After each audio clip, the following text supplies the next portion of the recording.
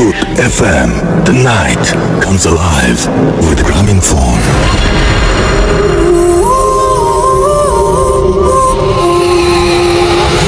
শুনছেন সবসময় radio food 8.0 FM। আমি রাসেল আছি সাথে এবং আপনাদের সবাইকে স্বাগত জানাচ্ছি বোথ এফএম। আজকে শুরু করতে একটু দেরি হয়ে গেল, আমরা রিয়েলি সরি ফর দ্যাট, এবং একটু টেকনিক্যাল কিছু ঝামেলা ছিল, দ্যাটস ওয়াই একটু দেরি হয়ে গেল। যাই হোক, আশা করছি আপনারা সবাই ভালো আছেন এবং ভালো ছিলেন। লাস্ট উইকে আমরা একটু স্পেশাল এপিসোড করেছিলাম, আপনাদের নিশ্চয়ই মনে আছে, এবং আজকে আবারও রেগুলার এপিসোডে ফিরে এসেছি।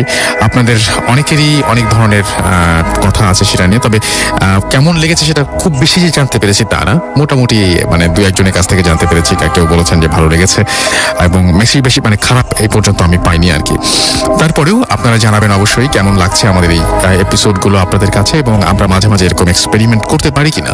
আমাদেরকে শুরুতেই জানিয়ে দিচ্ছি কিভাবে আমাদের সাথে কমিউনিকেট করতে হবে। যদি আমাদেরকে SMS করতে চান তাহলে মোবাইলের মেসেজ অপশনে গিয়ে টাইপ করতে হবে ফুর্তি, FORTI ফুর্তি, স্পেস আপনার নাম, স্পেস আপনার মেসেজ পাঠিয়ে দিতে হবে 9840 নাম্বারে। যদি আমাদের ইমেইল করতে চান, আমাদের ইমেইল অ্যাড্রেস হচ্ছে bhutfm@radiofurti.fm, which is BHWTFM@radioforti.fm। আপনার নাম, ঠিকানা এবং ফোন নাম্বার সহ আপনার জীবনে ঘটে যাওয়া বা আপনার জানা সেরা ঘটনা লিখে পাঠিয়ে দিন আমাদের কাছে। ঘটনার শুরুতে অবশ্যই উল্লেখ করুন যে ঘটনাটি আপনি স্টুডিওতে এসে শেয়ার করতে চান, নাকি আপনি চান আপনার ঘটনা আমরা পড়ে শোনাই। যারা দেশের বাইরে রয়েছেন তাদেরকে আমি বলবো যে আপনারা সরাসরি আপনাদের অডিও ক্লিপ পাঠিয়ে দিতে পারেন আমাদের কাছে, এবং অডিও ক্লিপ পাঠাতে হলে যেটা করতে হবে সেটা হচ্ছে আপনাকে প্রথমে রেকর্ড করতে হবে আপনার ফোন বা যে কোনো ডিভাইস দিয়ে, এবং রেকর্ড করে সেই অডিও ক্লিপটি আপনার পাঠিয়ে দিতে হবে আমার কাছে অ্যাটাচ করে আপনার মেইলের সাথে। যাই হোক, আমরা চলে যাব এখন আমাদের ঘটনা, তবে তার আগে আমাদের ফেসবুকের অ্যাড্রেস দিয়ে দিই। আমাদের ফেসবুকে দুটো পেজ রয়েছে, একটা হচ্ছে www.facebook.com/radiofurti and www.facebook.com/bhutfm.russell। আজকে আমি একা আছি, সো দ্যাটস ওয়াই আজকে পোস্ট সবকিছু একটু দেরি হয়ে যাচ্ছে। অ্যান্ড আমরা এখন ঘটনায় চলে যাব। আমি আজকে শুরুতেই শুরু করতে চাই বাবু ভাইকে দিয়ে, এবং তারপরে আমরা আমাদের আহমেদ বাবু আমাদের সঙ্গে আছেন, তারপরে আমরা নতুন অতিথিদের কাছে যাব। সো বাবু ভাই, ওয়েলকাম ব্যাক। আশা করছি যে ভালো ছিলেন। আমরা চলে যাব আপনার ঘটনায় এবং শুনি আজকের প্রথম ঘটনাটি। রাসেল ভাই, এই কাহিনীটা হচ্ছে একজন ডাক্তারের। উনি বাংলাদেশের একটা মোটামুটি বেশ পুরনো একটা হসপিটালে আর কি, মেডিকেল কলেজে জব করেন আর কি। অ্যান্ড ওই সময় উনি আপনার ওখানে কর্মরত ছিলেন, এবং প্রথম দিকে আর কি ওনার লাইফের ফার্স্ট দিকের আর কি এক্সপিরিয়েন্স আর কি। আচ্ছা, যাই হোক, উনি একদিন ওখানে আপনার কাজ করছিলেন, উনি ডিউটিতে ছিলেন আর কি। তখন রাত হয়ে গেছে, আপনার মানে রাত প্রায় 8টা-9টা বাজে এরকম আর কি। ওনার নাইট শিফটে কাজ পড়েছিল আর কি। তো উনি যখন কাজ করছেন, ওই যে এটা ছিল উইংটা, যে উইংয়ে উনি বসতেন, সেই জায়গাটা বেশ নীরব। আচ্ছা, এবং তেমন কেউ ছিল না। তো উনি বলছেন যে বেশ উইন্ডি একটা নাইট, বেশ বাতাস চলছে এরকম সময়, তো বেশ শব্দ হচ্ছে। উনি শব্দগুলোকে আসলে নর্মাল শব্দই মনে করেন। ডাক্তাররা এইসব ব্যাপারে খুব একটা আগ্রহী না সম্পর্কে। তো যাই হোক, তো উনি বসে আছেন। তো উনি হঠাৎ করে মনে হলো যে ওনার এখানে কেউ দাঁড়িয়ে আছেন, মানে দরজাটা যে আছে ওনার, ওই দরজার ওপাশে। আচ্ছা, তো উনি ওনার যেই ছিল আর কি, অ্যাসিস্ট্যান্ট ছিল, তার নাম ধরে বললো যে, দুইবার ডাক দিল, দেখলো যে কোনো কথা আসছে না। তো উনি এরপর বেরিয়ে যে ওই দরজাতে উকি দেন, দেখেন কেউ নাই। উনি ভাবলো যে কিউরিয়াস কেউ নাকি এখানে। উনি আবার যে বসলেন, একটু পরে ওনার মনে হচ্ছে যে দরজার ওই পাশে কেউ আছে, কেউ সাউন্ড করছে আর কি একটা। আচ্ছা, তো তখন উনি মনে করছেন যে আসলে ব্যাপারটা কি। আর মহিলা মানুষ, বেশ আগের সময়, ওই সময় আর কি একটু ভয় পাওয়াটা স্বাভাবিক। এখন কিন্তু ডেজ যতদিন পার হচ্ছে, রাসেল ভাই, মানুষের টাফ হয়ে যাচ্ছে। তো তখন টাফনেসটা এতটা ছিল না। তো উনি একটু ভয় পেলেন, লৌকিক ভয় পেলেন আর কি, অলৌকিক কিছু না। তো উনি দরজার বাইরে, মানে ওই দরজাটা পার হয়ে উকি দিলেন, দেখলেন যে কেউ নেই ওই পাশে। তো উনি এইবার করিডোর ধরে একটু হেঁটে গেলেন সামনে, দেখার জন্য এটা ঘটনাটা কি। মানে পুরো একটা শূন্য করিডোর, এখানে জাস্ট বাতাস চলছে, পর্দা উঠছে, আর কিছুই না। তো হেঁটে হেঁটে উনি যখন যাচ্ছেন, তো উনি ওই দেখলেন যে সিঁড়ি আর কি, নিচে গেছে আর উপরে গেছে, দুইটা সিঁড়ি। দেখলেন ওই সিঁড়ির কোনায় মনে হচ্ছে কে একজন বসে আছে, লাইক বসে দুই হাত জোড় করে বসে থাকলে যেরকম, এরকম একটা মানুষের মতো, বেশ মনে হচ্ছে একটা মানুষ, কিন্তু ছায়া ঘেরা আর কি, জায়গাটা দেখা যাচ্ছে না ঠিক মতো, আলো অন্ধকার টাইপের বসছে। তো উনি বললেন, এই কে এখানে? কে ওখানে, কে তুমি, কে এখানে এবার ডাকতেছে, উনি কোনো শব্দ করছে না। তো উনি আরেকটু হেঁটে গেলেন দেখার জন্য যেটা কি কোনো রোগী বসে আছে এখানে নাকি কেউ মানে আছে, তো হাসপাতাল অনেক সময় উল্টাপাল্টা মানুষ উঠে আসে। আচ্ছা, তো উনি কিছুটা উঠে গেলেন, দেখলেন যে ওখানে কেউ নাই। আচ্ছা, এবং উনি দেখলেন নেক্সট যে ল্যান্ডিংটা সেই ফুলের একটা মানে গাছের মতো ছিল টপ, সেটা পাশে আবার ওরকম বসা। আচ্ছা, তো এইবার উনি কিছুটা মানে ভয় পেলেন ব্যাপারটা নিয়ে, যেটা কেমন কথা যে একটু আগে দেখছে নাই, আবার উপরে সিঁড়িতে বসা। তো উনি জিনিসটাকে অনেকটা মনে করলো যে অনেকটা ওনার কি কোনো মানে হেলুসিনেশন হচ্ছে কিনা জিনিসটা, আচ্ছা, আচ্ছা, আচ্ছা, এরকম চিন্তা করলো। তো এইটার থেকে একটা উনি সায়েন্টিফিক ব্যাখ্যা খুঁজছেন সবসময়। উনি চিন্তা করছে যে আমার কি কোনো হেলুসিনেশন হচ্ছে বা সামথিং লাইক দ্যাট। উনি তার কিছুদিন আগে এরকম একটা রহস্য উপন্যাস পড়েছিলেন, তো ওইটা নিয়ে ওনাকে আরো একটু টাচ করে গেছে জিনিসটা নিয়ে। তো এর মধ্যে উনি খেয়াল করলো যে ওই উপর থেকে ওনার নাম যে ছিল, ওনার নাম ছিল শোভা আর কি। তো ওনার নাম ধরে কেউ ডাকছে উপর থেকে, এবং নামের আগে ডক্টর কথাটা আছে, এবং একটা নারী কণ্ঠের মানে এরকম ডাক। আচ্ছা, এবং ওনার কাছে বেশ লাগলো যে মানে ওনার নাম ধরে বলছে ডাক্তার শোভা এরকম। তো উনি বেশ কিউরিয়াস মানে ভয় পেলো আর কি জিনিসটা নিয়ে, যে এইভাবে ডাকছে, কে ডাকছে আমাকে, নাম ধরে ডাকছে উপরে। এবং উনি তখন ওই নামের ডাকার সাথে সাথে হেঁটে হেঁটে উনি সিঁড়িতে উঠছেন। আচ্ছা, এরকম উনি সিঁড়িতে উঠতে উঠতে যেটা করলেন যে ওই যে হসপিটালে যে উপরে যে ছাদ, উনি কিন্তু ছাদে পৌঁছায় গেছেন। আচ্ছা, এবং ছাদে পৌঁছায় দেখলেন যে ছাদের মধ্যে মনে করেন যে বেশ আলো আধারি, লাইট ওখানে নাই খুব একটা। এবং দেখলো যে ওই ছাদের কোনায় একটা মহিলা দাঁড়ায় আছে। আচ্ছা, এবং মহিলাটা যে দাঁড়ায় আছে, মহিলাটা ওনাকে দেখে ডাকলো। আবার ডাক দেওয়ার পরে উনি যখন আরো কাছে গেছে, মহিলাটা আস্তে করে ওই ছাদের কোনা থেকে নিচে পড়ে গেল। উনি টক করে উঠলো, মানে ওনার বুকের ভিতরে যেটা মানুষ চলজন্ত ভাবে পড়ে যায় চোখের সামনে। তো উনি করলেন কি, দৌড়ে প্রায় কর্নারে গেলেন, রেলিং এর কর্নারে, এবং যে দেখলেন ওখানে কেউ নাই। আচ্ছা, নিচেও কিছু নাই, ইটস লাইক মানে পুরাই একটা শুনশান একটা জায়গা। এবং ওনার সাথে সাথে পুরো ঘুসবাম হয়ে গেছে, পুরো শরীরে দাঁড়ায় গেছে। তো উনি নিচে চলে আসলো হেঁটে হেঁটে, এবং প্রচন্ড ভয় পাইছে ওই জন্য। এখন তিনি ভয় পাচ্ছেন, এখন জিনিসটা কি মানে এখন কি অন্যভাবে দেখার চেষ্টা করছেন নাকি? এখন না, উনি ঘটনার পরে একটা ব্যাখ্যা দিয়েছেন। উনি যেদিন ফিরে আসেন নিচে, তো উনি ওনার মেডিকেল লাইফের বেশ কিছু ঘটনা উনি বলতে বলতে এটা বলেছেন আর কি একটা। তো উনি যখন ফিরে আসেন, ফিরে এসে রুমে আর কি উনি আর ওদিন কাজ করতে পারেন না, খুব খারাপ ফিল করে বাসা যায়। এবং রাতের বেলা উনি ঘুমায় যান। ঘুমায় যাওয়ার পর উনি স্বপ্ন দেখতেছেন যে ওনাকে একটা রোগী বলতেছিল, একটা মহিলা এরকম ছিল, আসছিল চিকিৎসার জন্য। বলছে যে আমাকে মানে ওরা মানে খুব অসুস্থ ছিল আর কি মহিলা, তার মানে একটা লেবার হয়েছিল আর কি। লেবারের পরে তিনি মানে মানে এটা কি বলা হয়, পোস্ট লেবার সিচুয়েশন।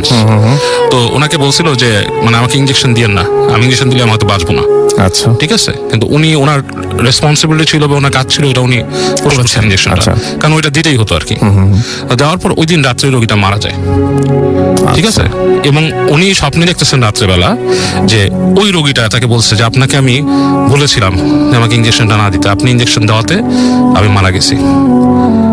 আচ্ছা, এটা উনি উনি ওনার সামনে উনি স্বপ্নে দেখছেন আপনি আমাকে কেন এই কষ্টটা দিলেন, আমাকে কেন কষ্ট দিলেন। আচ্ছা, তো উনি ঘুম থেকে ঠক করে উঠে পড়েন, উঠে পড়েন।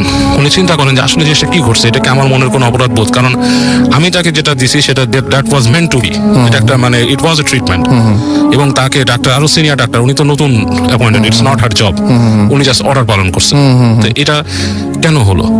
তো উনি বলছে যে এরপর থেকে ওনার কাছে মানে প্রায় মনে হতো যে কেউ ওখানে মানে ওই সিঁড়িটাকে উনি এড়ায় চলতো, যে ওই জায়গাটাতে কেউ একজন ওনাকে হুইসপার করতো আর কি, এরকম ওনার কাছে লাগতো সবসময় মনে হতো।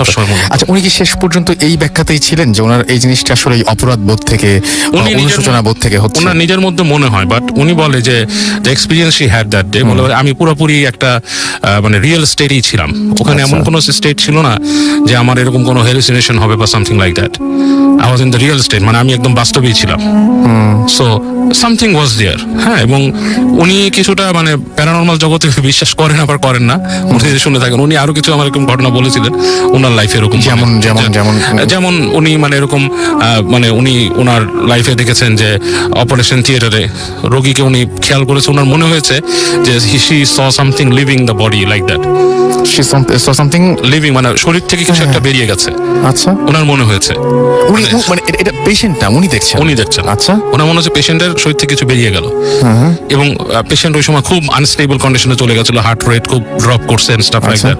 এবং পরবর্তীতে যখন মানে ওনাদের হার্ট রেট ব্যাক করে সবকিছু নরমাল নর্মাল হয়। ওনার কাছে স্পষ্ট নাকি মনে হয়েছে যে পেশেন্টটা কোথা থেকে ব্যাক করে আসছে, সামথিং লাইক দ্যাট। তো এগুলো নিয়ে উনি এখন অনেক স্টাডি করেন যে মানুষের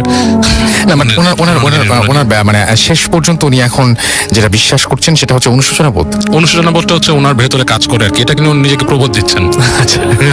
আচ্ছা, নিজেই বলছেন, সামটাইমস এইভাবে মানে রিলিফ পাওয়া যায় যখন আমরা কোনো জিনিস নিয়ে খুব বেশি মানে খুব জিনিস মানে when something becomes very complicated তখন এইরকম ধরনের একটা রিলিফ পাওয়ার জন্য আমরা আমরা একটা উপায় খুঁজি।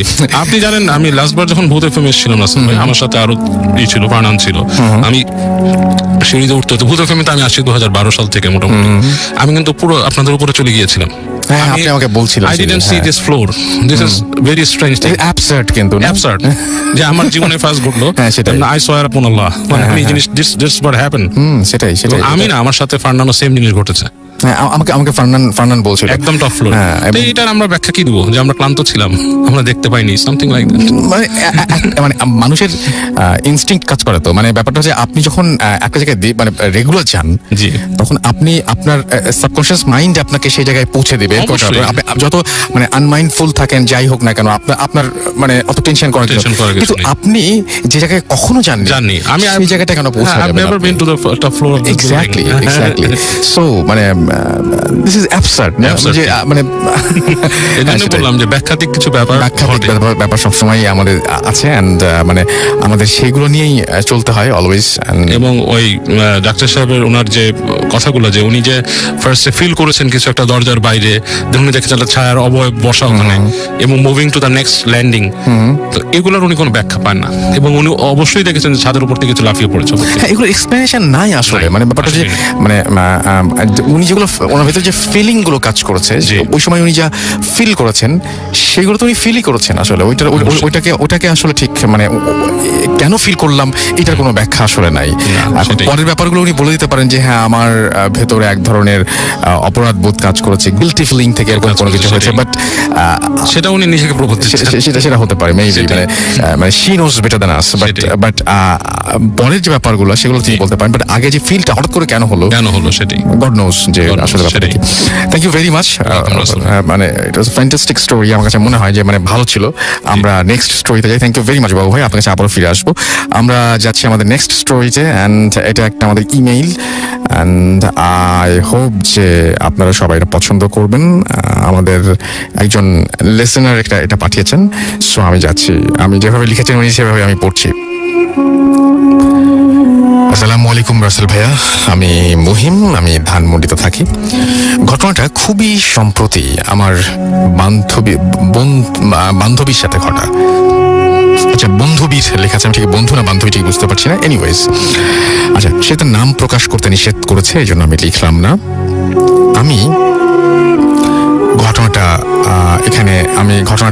আচ্ছা, উনি এই ঘটনাটা লাইভ শেয়ার করতে চান, সো আমি এইটা না পড়ি, এর পরের স্টোরিতে আমি চলে যাই।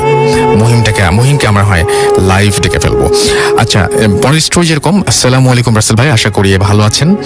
আমি দিদার হোসেন রাব্বি, জাহাঙ্গীরনগর বিশ্ববিদ্যালয়ের 41তম ব্যাচের ম্যানেজমেন্ট স্টাডিজ বিভাগের স্টুডেন্ট। ভূত এফএম এর জন্মলগ্ন থেকেই আমি এর নিয়মিত শ্রোতা ও ভক্ত।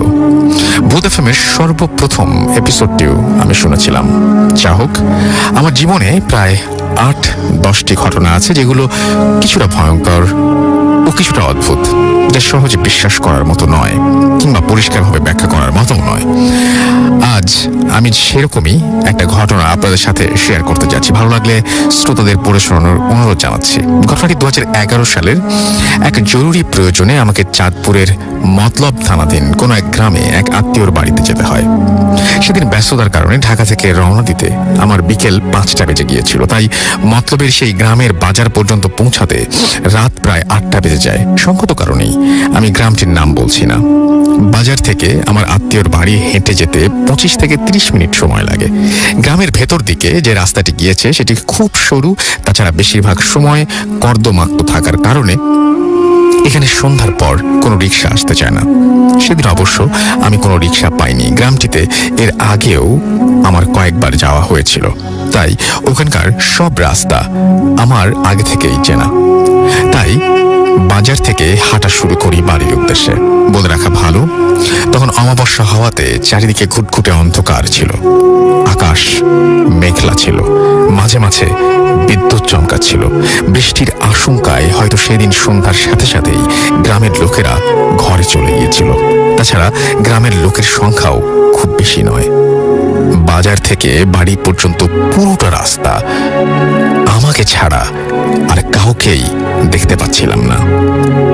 বলে রাখা ভালো, আমি যে রাস্তা দিয়ে হাঁটছিলাম তার দুপাশে বিশাল এলাকা জুড়ে শুধু ধান ক্ষেত।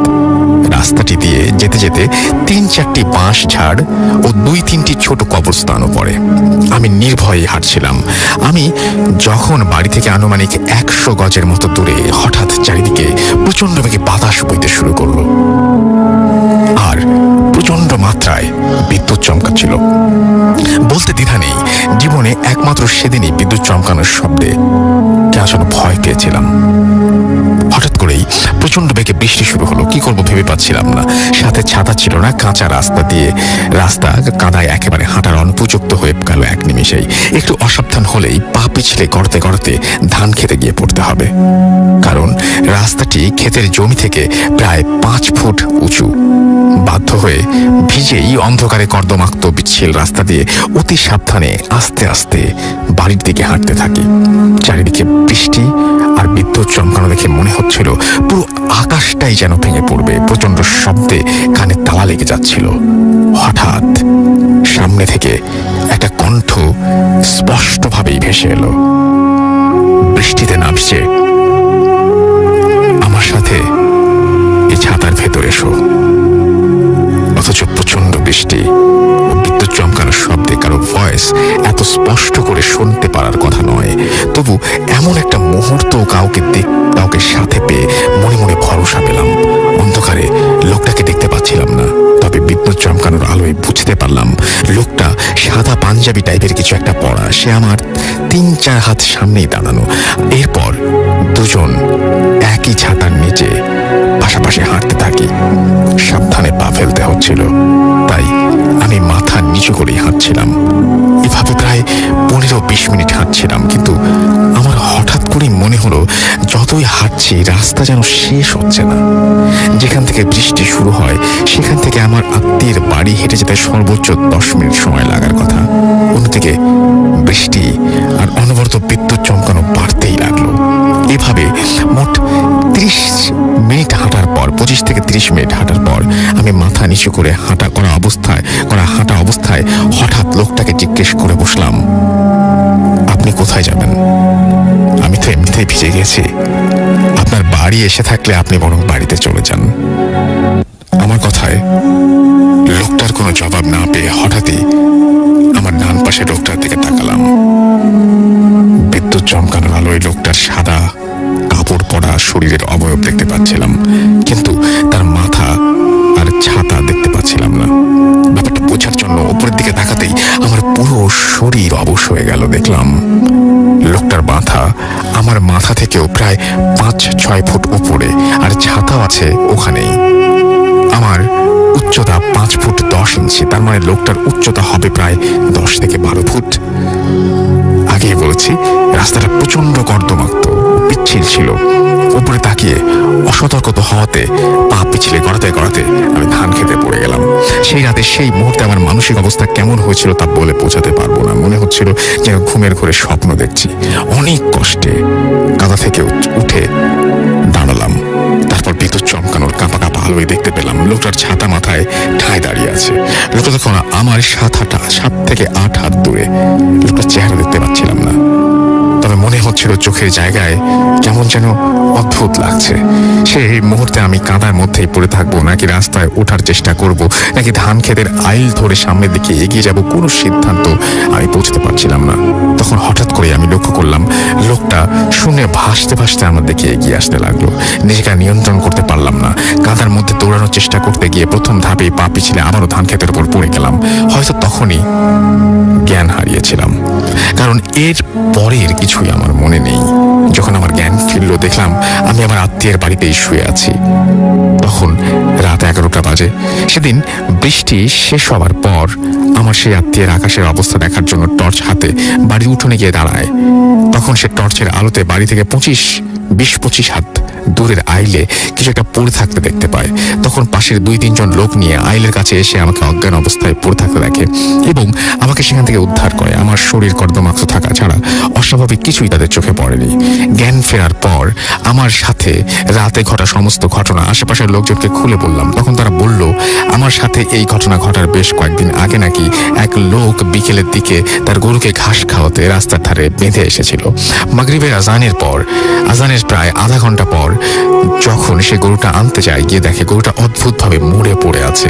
এছাড়াও অনেকেই নাকি একা পথ চলার সময় রাতের বেলায় অদ্ভুত ধরনের কুকুর বিড়াল দেখতে পায়, অথচ কুকুর বিড়ালগুলোর কাছে গেলেই সেগুলো আর দেখতে পাওয়া যায় না। যা হোক, এরপরে বহুবার ওই গ্রামে গিয়েছি, কিন্তু কখনোই অদ্ভুত কিছু দেখতে পাইনি। এমনকি এরপর রাত 12টা বাজেও ওই রাস্তায় একা হেঁটেছি, কিন্তু আমার সাথে কোনো প্রকার অদ্ভুত কিছু ঘটেনি কিংবা কিছু দেখতেও পাইনি। তবে ওই দিনের ঘটনাটি কোনো ব্যাখ্যা আমি আজও খুঁজে পাই না। এই ছিল আমার ঘটনা। সবাইকে ধন্যবাদ। আমার জন্য দোয়া করবেন। আমার সাথে ঘটে যাওয়া আরও কিছু ঘটনা পরবর্তীতে আবার শেয়ার করার চেষ্টা করব। ধন্যবাদ। আল্লাহ হাফেজ। আমি এইখানে একটা জিনিস বাবু ভাই আপনাকে জিজ্ঞেস করতে চাই, সেটা হচ্ছে এরকম, এই যে আমরা একটু ডক্টরের কথা শুনলাম এবং এখন এই যে মেইলটা পড়লাম, দেখেন দুটো ঘটনার মধ্যেই একটা অদ্ভুত ব্যাপার। এই যে আমরা খুব রেগুলার জিনিসটা পাই যে একটা সময় দেখি যে আমি কোনো একটা কিছু দেখলাম, ভয় পেলাম এবং তারপরে আমি সেন্সলেস হয়ে গেলাম বা কিছু একটা হলো আমার, বা আমি পরে বুঝতে বা ওইখান থেকে আমি দৌড়িয়ে পালিয়ে আসলাম, কিংবা আমাকে কেউ উদ্ধার করতে আসলো, সে আর দেখতে পেল না। সেটাই এই যে মানুষগুলো বা অশরীরী যাই বলি না কেন, তারা যে আসে, সেটা না হয় সেটা কেনই বা আসে, আর কেনই বা যদি আসেই ভয় দেখানোর উদ্দেশ্যে আসে, মানে ক্ষতি না করে কেনই বা চলে যায়। এখানে কিন্তু রাসেল ভাই এই জিনিসটা খুব অদ্ভুত না? কিছু কাহিনী আছে, যেমন মানুষের কাছে অনেক সময় স্বতঃস্ফূর্ত ভাবে অনেক কিছু স্পন্টেনিয়াসলি ঘটে। সেটা অ্যাকচুয়ালি অনেক সময় হয় কি, মানুষ এমন কিছু সিচুয়েশনে পড়ে, যেটা আমি জানি এতদিন স্টাডি করে বা শুনে যা জেনেছি আমি, যেটা যে কিছু মানে আমাদের দেখার বাইরেও কিন্তু আর একটা জগৎ আছে যেখানে কিছু জিনিস এক্সিস্ট করে। এটা বিশ্বাস না করাটা আসলে, যে বিশ্বাস করে না সেও কিন্তু ভয় পায়। Very funny thing. So anyways, তো মানুষ কিন্তু একটা জগৎ আছে এবং এরকম একটা জগতে কিন্তু মানুষ অনেক সময় এরকম জায়গাতে প্রবেশ করে, সেখানে আমাদের ভয়ও কাজ করে। আবার ওদের মধ্যেও যদি কেউ ওই জায়গায় সেটা দেখে যে কেউ একজন যাচ্ছে বা কাউকে পাচ্ছে, তারা কিন্তু অনেক সময় মজা করার চেষ্টা করে। আমরা দুষ্ট মানুষ কিন্তু রাস্তায় একটা একা লোক দেখলে কিন্তু তাকে বিরক্ত করেই কোনো না কোনো ভাবে। জিনিসটা কিন্তু অনেকটা এরকমই না, কিন্তু ব্যাপারটা হচ্ছে যদি কেউ সত্যি যদি এক্সপিরিয়েন্স করে থাকে, ম্যাক্সিমাম ক্ষেত্রে দেখা গেছে কি যে আমার কাছে প্রশ্নটা কি, আমার কাছে অদ্ভুত লাগে যে মানে ভয় দেখানোর কারণটা কি, আর ক্ষতি না করেই চলে যায় কেন? ক্ষতি না করে অ্যাকচুয়ালি চলে যায়, অ্যাকচুয়ালি ক্ষতি করার তো প্রয়োজন। ভয় দেখালো এটাই ক্ষতি, এটাই ক্ষতি। একজনকে ভয় দেখালো মানে আমাদের ব্যাখ্যাটা এভাবে বের করতে হবে, মানে ভয় দেখালো এটাই একটা ক্ষতি, এটাই তো একটা ক্ষতি। একজনকে ভয় পেয়ে গেল এবং মানে বেসিক্যালি আপনাকে ভয় পাওয়ালে কিন্তু অনেকের হার্টের সমস্যা হয়, অনেকে দেখা যাচ্ছে বেহুশ হয়ে যাচ্ছে, অনেকে দেখা যাচ্ছে জ্বর এসে গেছে। শুধু তাই না, মানে এই যে আমরা মাঝে মাঝে যে স্বপ্ন দেখি, সেগুলোরও কত রকমের ব্যাখ্যা, অনেক রকমের ব্যাখ্যা। যে মানে অনেক সময় দেখা যায় স্বপ্নতে আসলে এই যে অনেকে বলে যে স্বপ্নতে এসে আমাকে এই জিনিসটা বলে গেল, মানে অনেকেই কিন্তু আপনি যদি মানে স্টাডি করেন যে আপনি ডেফিনেটলি পেয়েছেন এরকম, যে এরকম মানে একদম পুরোপুরি লেখা আছে যে মানে অনেক জায়গায় পাওয়া যায়। আমি এখন রেফারেন্স দিতে পারছি না, কারণ আমার 2-3টা এলোমেলো হয়ে যেতে পারে। মানে এরকম টাইপের যে অনেক সময় স্বপ্ন থেকে কিন্তু মানুষ ইনফরমেশন কালেক্ট করে। হ্যাঁ, মানে মানুষকে অনেক কিছু জানানোর জন্য স্বপ্ন দেখানো হয়। অনেক সময় সাবকনশিয়াস মাইন্ডও আমাদের অনেক কিছু ইনফর্ম করতে চায় স্বপ্নের মাধ্যমে। মানে আমি চারপাশে যে আপনি ছাড়াও তো আরো অনেক সাউন্ড আছে, আর অনেক কিছু ঘটছে, সেই জিনিসগুলো তো আমি এখন কনসিয়াসলি শুনছি না, বাট এগুলো তো আমি আসলে নিচ্ছি, আমি তো রিসিভ করছি, তাই না? তো সেগুলো হয়তো আমি যখন ঘুমিয়ে যাই তখন আমাকে মানে আপনার জিনিসটা হচ্ছে রিঅ্যারেঞ্জড হয়। এক্স্যাক্টলি, মানে খুবই গুরুত্বপূর্ণ কোনো ইনফরমেশন হয়তো আমাকে দেওয়ার চেষ্টা করা হয়। অনেক সময় টুকরো জিনিসগুলোকে অ্যাড করে একটা টোটাল স্ট্রাকচার তৈরি করা হয়। এক্স্যাক্টলি, এটা এক ধরনের ব্যাখ্যা। স্বপ্নের আরো অনেক ব্যাখ্যা আছে। একদম। আমরা ফিরে আসবো আবারও, এবং আমরা কিছু SMS পড়ে ফেলি এর মধ্যে। যে জ্যাকলিন দেখতে পাচ্ছি আমাদের SMS করেছেন, দেখতে পাচ্ছি মঞ্জু, এছাড়াও জাবের আমাদের SMS করেছেন, এবং SMS করেছেন আমাদের শাহাবুদ্দিন নোয়াখালী থেকে। মানিক আমাদের SMS করেছেন সাদিকুর, এছাড়া খুলনা থেকে আনোয়ার এবং তার ওয়াইফ আফরিন SMS করেছেন। তিনি লিখছেন নেক্সট ফ্রাইডেতে কি ভূত FM হবে? ডেফিনেটলি হবে, আজকেও তো হচ্ছে। আমাদেরকে রংপুর ভয় আজকে SMS করেছেন আমাদেরকে, এবং আমাদেরকে SMS করে দেখতে পাচ্ছি যে আমাদেরকে শোয়েব SMS করেছেন, এবং আমি দেখতে পাচ্ছি যে আমাদেরকে শুভ SMS করেছেন আব্দুল মিরপুর থেকে। এছাড়াও ডক্টর তাহিয়া আমাদের SMS করেছেন কুমিল্লা থেকে। হিমেল পান্ডে গুলশান 2 থেকে আমাদের SMS করেছেন, এবং তিনি listening to you after 3 weeks, এবং তার সঙ্গে রয়েছেন তার friend Rafiul. Welcome back Himel, আশা করছি এখন থেকে রেগুলার আপনাকে আবারও পাবো। হাসিব আমাদের SMS করেছেন। আমি জানি যে অনেকের এক্সাম চলছে, সবার জন্য অনেক অনেক অনেক অনেক অনেক অনেক শুভকামনা, এবং আমি জানি যে যাদের এক্সাম চলছে 2 তারিখ থেকে সম্ভবত শুরু হয়েছে, এবং তাদের মধ্যে অনেকেই আছেন ভূত এফএম লিসেনার। আমি চাই যে প্রত্যেকেই যতটুকু প্রত্যাশা তার চাইতে অনেক বেশি ভালো রেজাল্ট করুক, এবং আপনার রেজাল্ট অনেক বেশি ভালো হোক, এবং মানে কি বলবো, যে রেজাল্টের চাইতে আমি যদিও সবসময় জোর দিই যেটাতে, যে আপনি যা পড়বেন, যা শিখবেন, যা জানবেন, সেটা এনজয় করার চেষ্টা করবেন। মনে করবেন যে আমি শেখার জন্য পড়ছি, আমি একটা জিনিস, আমি হিস্ট্রি পড়ছি, আমি সায়েন্স পড়ছি, এটা জানার জন্য পড়ছি, হিস্ট্রিটা জানার জন্য পড়ছি, আমি মানে ফিজিক্স জানার জন্য পড়ছি, আমি শিখছি। এটা কিন্তু একটা বিরাট ব্যাপার। একটা সময় আপনার স্টুডেন্ট লাইফ ফুরিয়ে যাবে, কিন্তু যখন আপনি ফিল করবেন যে অনেক কিছুই আমার জানা হয়নি, শেখা হয়নি, তখন আবার ফেরত যেতে হবে এই জায়গাটায়, এবং আবার নতুন করে শিখতে হবে, সেটা খুব পেইনফুল। সো কোনো সময় লাইফে যেন মানে এই জানার কমতি না পড়ে, কোনো সময় যেন এরকম একটা ফিলিং কাজ না করে যে উফ, আরেকটু যদি জানতাম মানে ভালো হতো, এই আফসোসটা যেন না থাকে। এনিওয়েজ, আমরা আপনাদের সবার জন্য অনেক অনেক শুভকামনা। একটা ছোট্ট বিরতি নিয়ে আবারও ফিরে আসবো আপনাদের কাছে, সেই পর্যন্ত আশা করব আমাদের সঙ্গেই থাকবেন। And stay tune two radio ফুর্তি অ্যান্ড ডোন্ট স্টপ দ্য ফুর্তি। Bhoot FM, the night comes alive with Gramophone.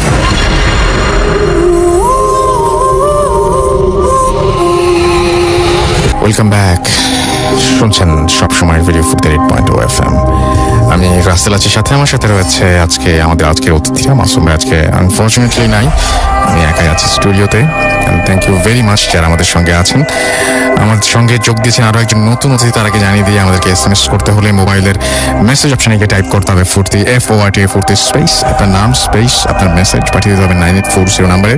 আমাদের ইমেল করতে চাইলে আমাদের ইমেল অ্যাড্রেস হচ্ছে bhootfm@radiofurti.fm, which is BHWTFM@RADIOFORT.fm। তার নাম, ঠিকানা এবং ফোন নাম্বার সহ আপনার জীবনে ঘটে যাওয়া বা আপনার জানা সেরা ঘটনা লিখে পাঠিয়ে দিন আমাদের কাছে। ঘটনার শুরুতে অবশ্যই উল্লেখ করুন যে ঘটনাটা আপনি স্টুডিওতে এসে শেয়ার করতে চান, নাকি আপনি চান আপনার ঘটনা আমরা পড়ে শোনাই। যারা দেশের বাইরে রয়েছেন তারা অডিও ক্লিপ পাঠিয়ে দিতে পারেন সরাসরি। আমাদের দুটো ফেসবুক পেজ রয়েছে, www.facebook.com/radio.furti and www.facebook.com/bhootfm.russell।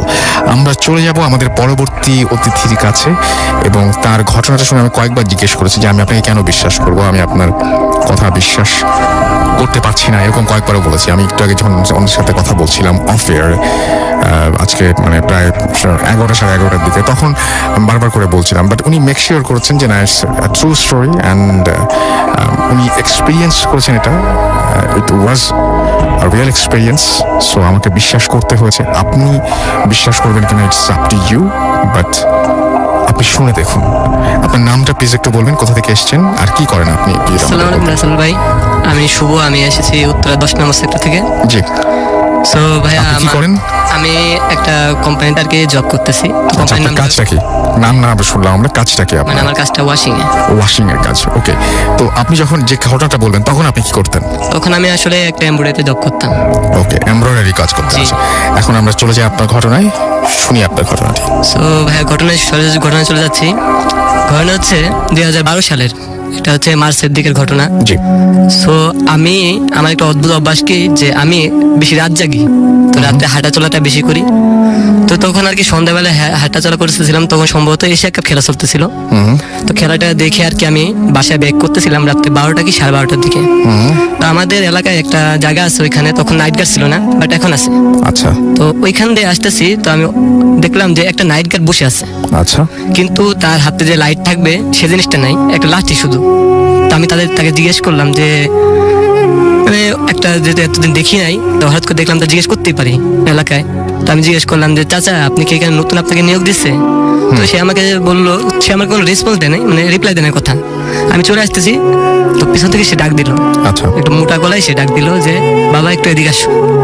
তো আমি তার কাছে গেলাম, তো গিয়ে বললাম জি আঙ্কেল বলেন। তো বললো যে বাবা তোমার সাথে আমার কিছু কথা আছে। তো আমি বললাম যে কি কথা? সে বললো যে আমার একটা কাহিনী আছে, সেটা আমি তোকে বলতে চাই।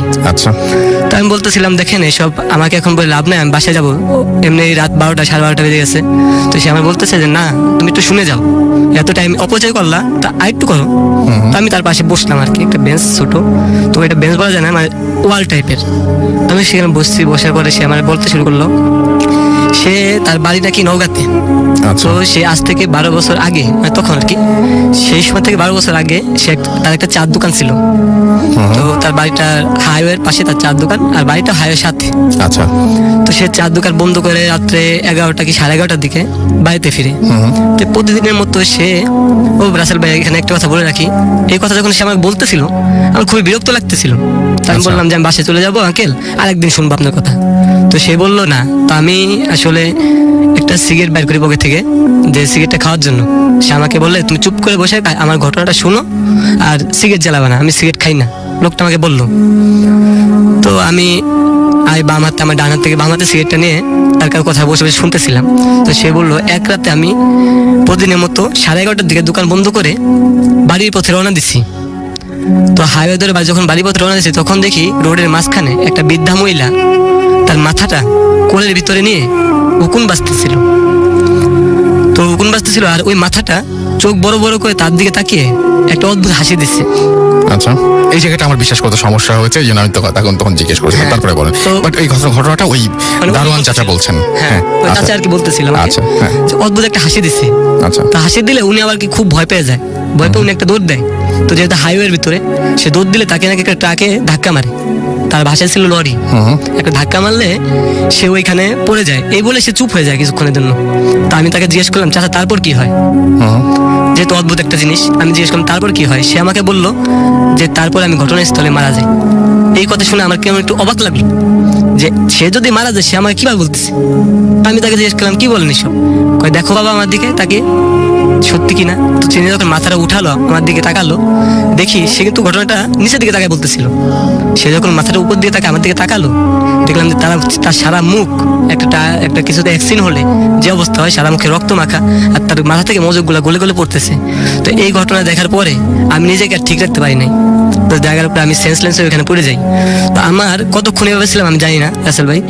তো হঠাৎ করে আজানের শব্দে আমার আর কি হুশ ফিরে আসে। তো আমি মাথা ওইখান থেকে, মানে মাথাটা এত ভার হয়েছে যে আমি মাথাটা করতে পারি না, মানে সোজা দাঁড়াতে পারি না কোনো মতে। আমি বাসায় যাই, তো বাসাটা আমার বেশি দূরেও না। তো বাসায় যেয়ে আমি মাথায় পানি ঢেলে কাউকে কিছু না বলে শুয়ে পড়ি।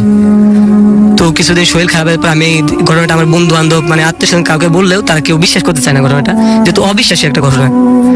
তো সে বিশ্বাস করতে চায়। লাস্টে শেষকালে আমি একটা হুজুরকে বলি এই ঘটনাটা, ইমাম সাহেবকে, ইমাম সাহেব আমার সাথে তো এরকম একটা ঘটনা ঘটছে, তো কেন এরকম ঘটলো? তো তিনি আমাকে বললেন যে তুমি রাত বেরাতে যে চলাফেরা করো, তোমার পিছে খারাপ কিছু ফলো করছে। তো এই জিনিসটা থেকে তোমার মুক্ত পেতে হবে, নয়তো এই জিনিসটা তোমাকে জ্বালাতন করবে বিভিন্ন রকমের। তো এই জিনিসটা আমি বললাম যে এই জিনিসটা কি আর কেউ দেখছেনি? কয় না, এই জিনিসটা তো এদিকে এরকম অন্য কিছু হতে পারে, কিন্তু এরকম কোনো কিছু এখন ঘটে নাই। তো তোমার সাথে যেহেতু ঘটেছে, তোমার পিছনে খারাপ কিছু আছে। তো তিনি আমাকে একটা লাল সুতো দেয় পরে, সুতো আমার কায়াঙ্গুলে, বামাতে কায়াঙ্গুলে বেঁধে দেয়। তো বেঁধে বলে এটা 7 দিন পরে তুমি এটা নদীর জলে ফেলে দিবা ভোরবেলা। তো আমি রাসেল ভাই ওই কায়াঙ্গুলের রশিটা আর কি 7 দিন ব্যবহার করে আর কি ভোরবেলা নদীর জলে ফেলে দিই।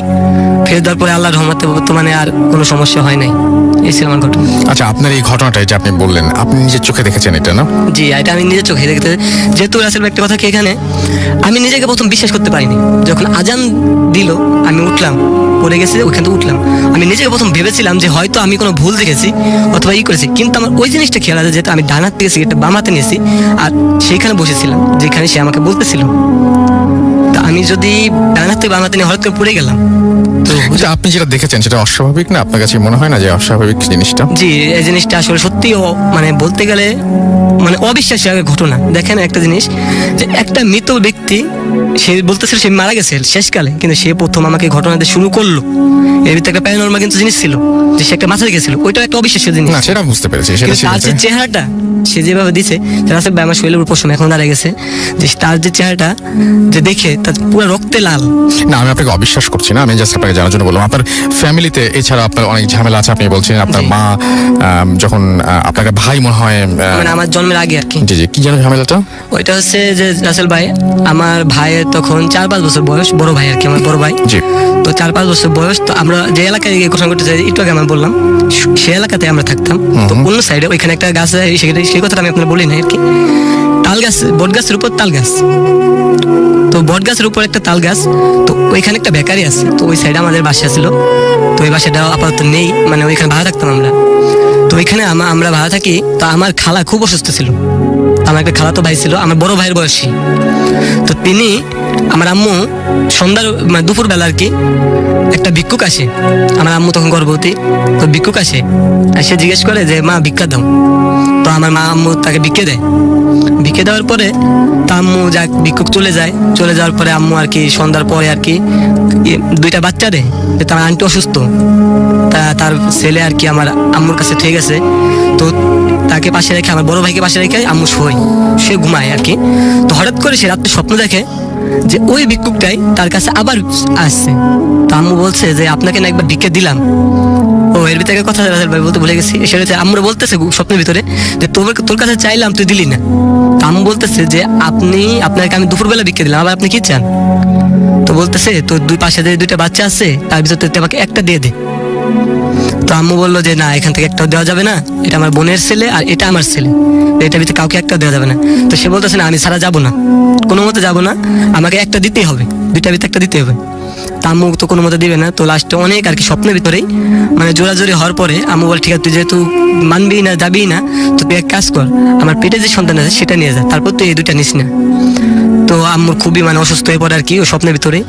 তো এর ভিতরে সে চলে যাইতেছে নিয়ে, আম্মুর যে ভাষায় আর কি একটা ঝোলা কাঁধে, সে চলে যাইতেছে। আম্মু বললো তুই যেহেতু আমারটা নিয়ে চলে যেতেছিস, আমার পেটটা নিয়ে, তাহলে আমি তোকে কিভাবে ছেড়ে দিই? এই বলে সে হারিকেনটা ছুঁড়ে মারে তার দিকে। তো তার সারা শরীরে আগুন লেগে যায়। তো এর ভিতরে আম্মু খুব অসুস্থ হয়ে পড়ে। এর ভিতরে ভোরবেলা সকাল দিকে মানে সবাই মিলে আম্মুকে হাসপাতালে নেওয়ার জন্য, মানে যে বের হবে কোথা থেকে সবাই আসে, আম্মু চিল্লাচিল্লি, মানে পেটে খুব ব্যথা। তো সবাই ঘরে আসে, কেউ ফলো করে না দরজার সামনের দিকে, কেউ ফলো করে না, জাস্ট দরজার ভিতরে আসে আম্মু ধরে আর কি বাইরে নিতেছে। এর ভিতরে আম্মু ফলো করে যে দরজার সামনে একটা কাক মরে পড়ে আছে, একটা কাক পড়ে আছে এখানে, কালো কুচকুচে একটা কাক। তো আম্মু বলে সবাইকে আর কি এই ঘটনা খুলে বলে, আমার খালু, তারপরে আমার আব্বুকে এইসব কথা খুলে বললে, তারপর ওই কাকটাকে আবার আগুনে পড়ে, ওই কাকটাকে, যেহেতু হয়তো অবশ্যই থাকতেও পারে, তারপরে থেকে ওই বাসাটা আর কি চেঞ্জ করে দেয়। তারপরে আর কি আম্মু একটা কবিরাজের কাছে গেছিল, হাসপাতালে যেহেতু দেখেছে বাচ্চা আর নেই, বাচ্চা ডেট। তো আম্মু একটা কবিরাজ বললো যে আপনার বাচ্চা তো এটা নিয়ে গেছে, তো আপনাদের সেকেন্ড যে বাচ্চাটা হবে তার কোনো প্রবলেম মানে সে হবে মল্লি, তার কানে একটা সেদ্ধ করে দেন। আর তার সাথে তার মানে 20 বছর আগে তার ভিতরে তার সাথে কোনো খারাপ কিছু ঘটতে পারে, কিন্তু তার কোনো ক্ষতি হবে না ইনশাল্লাহ, কিন্তু তার পরবর্তীতে তার কিছু হবে না। আপনাদের ফ্যামিলিতে অনেক কিছু ঘটে গেছে এরকম আর কি, মানে আমার ফ্যামিলি। আপনার কানে আপনি বলছেন যে এই জন্য আপনার কানে ছিদ্র করা, এই তো। Thank you very much. আমরা খুব টাইমের লিমিটেশন আছে আমাদের, আমরা বাবু ভাইয়ের কাছে চলে যাই এবং আমরা তারপরে একসাথে আপনাদেরকে SMS এবং আপনাদের যে সমস্ত আপনাদের যে সমস্ত ফেসবুকের কমেন্টগুলো আছে সেগুলো পড়বো। বাবু ভাইয়ের ঘটনাটা পড়ে শেষ করে আমরা শেষ করে ফেলি। তো বাবু আমরা সেকেন্ড স্টোরিটা শুনি আপনার কাছ থেকে। হ্যাঁ রাসেল ভাই, এটা হচ্ছে ইয়াসির ভাইয়ের ঘটনা, বেশ কিছুদিন আগের। অ্যাকচুয়ালি ইয়াসির ভাই গ্রামে যেত আর কি বেড়াতে, প্রায় ওনার গ্রাম খুব ভালো লাগতো আর কি। তো উনি ওইবার ওনার এক ফ্রেন্ডের ডাকে তাদের গ্রামের বাড়িতে যায়। সো ওনার গ্রামের মানে ওনার যে ফ্রেন্ড ছিল আর কি, তো ফ্রেন্ডটা ওনার সাথে আসতে পারেনি, আগে গিয়েছিল। তো ওনাকে বলে যে তুই চলে আয়, এরকম করে নর্থ বেঙ্গলের কাছের একটা গ্রাম আর কি। আচ্ছা। তো যাই হোক, উনি ওই রওনা দেন আর কি দিনের বেলা যথারীতি সময় মতো গ্রামে, ওনার ওখানে যে নেমে রাত্রেবেলা আসা শুরু করেন। তো রাস্তাটা ছিল বেশ আপনার অন্ধকার হয়ে গেছে, রাত্রেবেলা ধরেন 10টা 11টার সময় বেশ অন্ধকার হয়ে যায়। তো গাছপালার মধ্যে দিয়ে যখন আসতেছেন তখনই ওনার কাছে বেশ মানে ভালো লাগে, কারণ মানে এই জায়গাটা হচ্ছে বেশ জোনাকি জ্বলছে এরকম এরকম একটা অবস্থা, এবং গ্রামটা বেশ নিশুতি একটা গ্রাম যেখানে বিদ্যুতের কিছুই নাই সেখানে।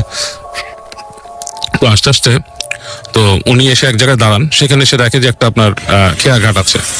তো খেয়াঘাটে আপনার একজন মাঝি বসে আছে একটা ছোট নৌকাতে। তো উনি বলেন যে আমি নদী পার হব। তো লোকটা কোনো কথা না বলে ওনাকে জাস্ট নৌকায় উঠতে বলেন এবং নৌকাটা আস্তে আস্তে ছেড়ে দেন আর কি। তো নৌকাটা যখন যাচ্ছে রাসেল ভাই পানিতে, এবং উনি শব্দ পাচ্ছেন যে মাঝি আছে সে আস্তে আস্তে করে আর কি আপনার বইটা পাচ্ছে আর কি। তো যেতে যেতে যেতে যেতে নৌকার মানে বেশ অনেকক্ষণ চলে গেছে, উনিও বেশ মানে আর কি হয়ে গেছেন, উনি ওখানে বসে একটা সিগারেট ধরান, সিগারেট খাচ্ছেন। তো এক সময় উনি খেয়াল করেন যে নৌকাটা আর কি আর সামনে বাড়ছে না, মনে হচ্ছে যে নৌকাটা ভেসেই আছে ওখানে। আচ্ছা।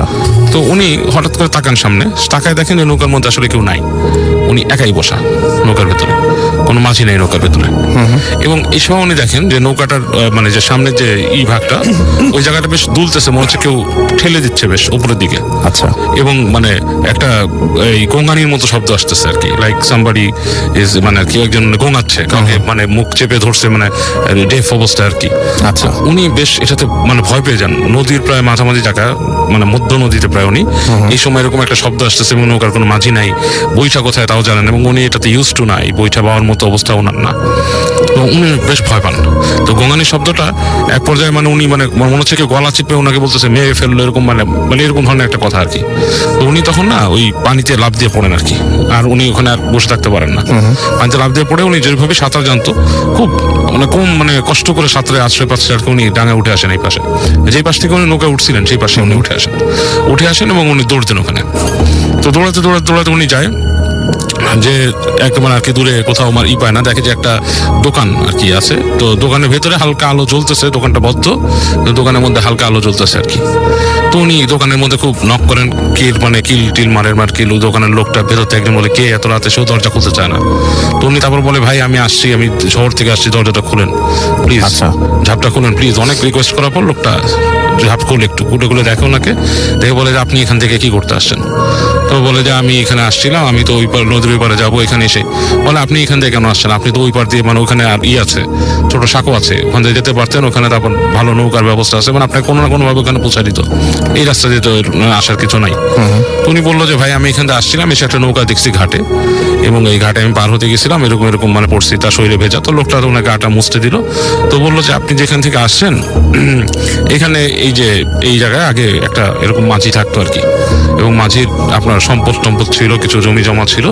তো এই গ্রামে যে ওখানে একজন আছে, দুষ্ট লোক আছে আর কি, সে ওখানকার প্রভাবশালী লোক আর কি, সে মাঝির জায়গাটা নেওয়ার জন্য তার সাথে অনেক গন্ডগোল করছিল, এবং পরে ওই মাঝিকে মেরে আপনার ওই পাথর বেঁধে আর কি পানির তলে ডুবাই দেয় আর কি।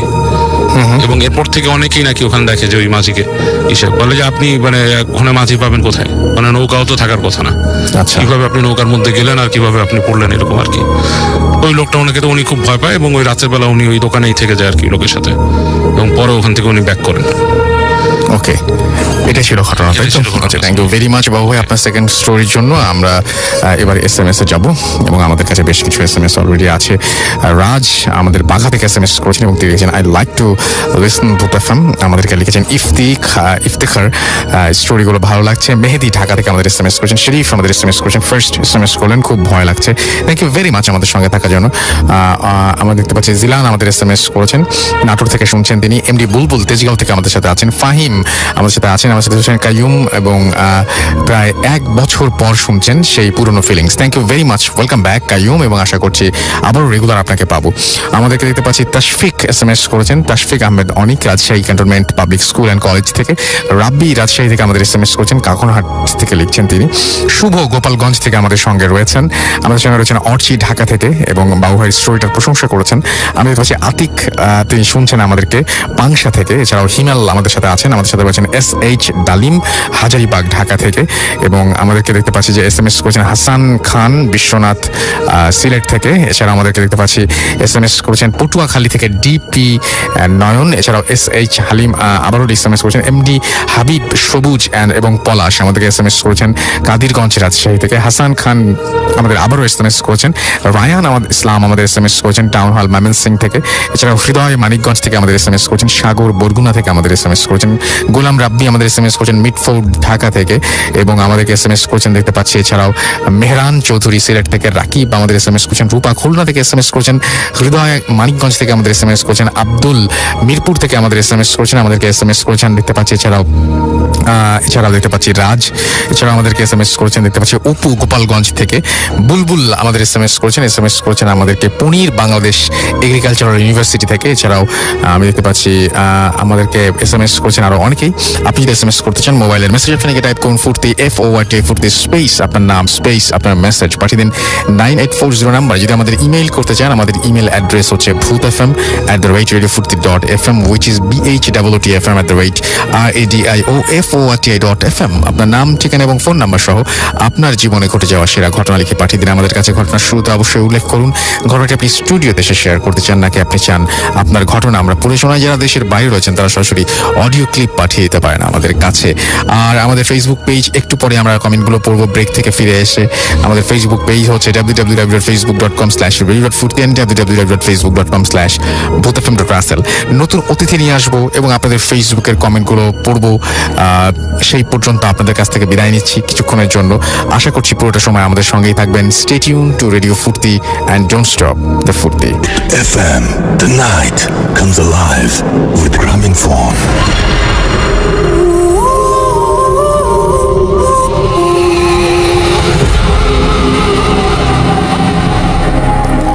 Welcome back. শুনছেন সবসময় রেডিও ফুর্তি 8.0 FM। আমি রাসেল আছি সাথে এবং আমার সাথে নতুন অতিথি যোগ দিয়েছেন কিছুক্ষণ আগেই এবং তাদের মধ্যে একজন আপনারা সবাই চেনেন, তিনি হচ্ছেন হাফিজ মাইনুদ্দিন ভাই এবং তিনি আমাদের সাথে এই মুহূর্তে আছেন এবং আমরা কিছুক্ষণের মধ্যেই আমাদের আজকের এপিসোডে খুব ইন্টারেস্টিং একটা পার্ট শুরু করব। সেটা হচ্ছে যে আপনারা অনেকেই অনেকের সমস্যা নিয়ে আমাদের লিখেছেন, সেই সমস্যাগুলোর জবাব দেওয়ার চেষ্টা করবেন কিছু কিছু বিষয়ে হাফিজ মাইনুদ্দিন ভাই এবং আপনাদের সমস্যাগুলো আমার কাছে এই মুহূর্তে আছে। আমি সমস্যাগুলোর কথা জানাবো ওনাকে। তার আগে আমরা যেতে চাই ফেসবুক পেজে আমাদের এবং দেখতে চাই হৃদয় খান আমাদের লিখেছেন যে বাবুভাই স্টোরি ভালো লাগে। আসিফ আল আজাদ আমাদের SMS করছেন মিরপুর থেকে, লাস্ট ঘটনাটা অনেক ভালো ছিল। জামাল হোসেন আমাদের SMS করছেন এবং আমাদেরকে নাসিম SMS নয় কমেন্ট করেছেন, নাসিম হাসান আমাদের কমেন্ট করেছেন দেখতে পাচ্ছি। এছাড়াও আমি দেখতে পাচ্ছি আমাদের সাথে রয়েছেন আর্টিস্ট শাকিল, এছাড়াও সাইয়েদ আজাদ জিবরান আমাদের সঙ্গে রয়েছেন, ছোটন মেটাল। এছাড়াও আমাদের সাথে রয়েছেন শাহিন আক্কাস, আরিয়ান রাফাত আদি আমাদের সঙ্গে আছেন। আমাদের সঙ্গে রয়েছেন MD জুবাইর হোসেন, MD মোহাম্মদ আশরাফুল, এছাড়াও আহমেদ নীরব আমাদের সঙ্গে আছেন। আমাদের সঙ্গে রয়েছেন ট্রিমা, তামান্না, রিফা। এছাড়াও আমাদের সঙ্গে রয়েছেন দেখতে পাচ্ছি অনিন্দ শাহরিয়ার, সৈয়দ মেহেদি আমাদের সঙ্গে আছেন। আমাদের সাথে রয়েছেন দেখতে পাচ্ছি নোমান নূর হেলালি। এছাড়াও আমাদের সঙ্গে রয়েছেন অনির্বাণ সাহা, মমিনুল ইসলাম আমাদের সঙ্গে আছেন। আমাদের সঙ্গে রয়েছেন রেজাউল হোসেন রাজু আমাদের সঙ্গে আছেন দেখতে পাচ্ছি। এছাড়াও আমাদের সাথে শাহিন আলম আমাদের সাথে রয়েছেন, রউফ ইসলাম আমাদের সঙ্গে আছেন। আমাদের সাথে রয়েছেন দেখতে পাচ্ছি SD শাউন।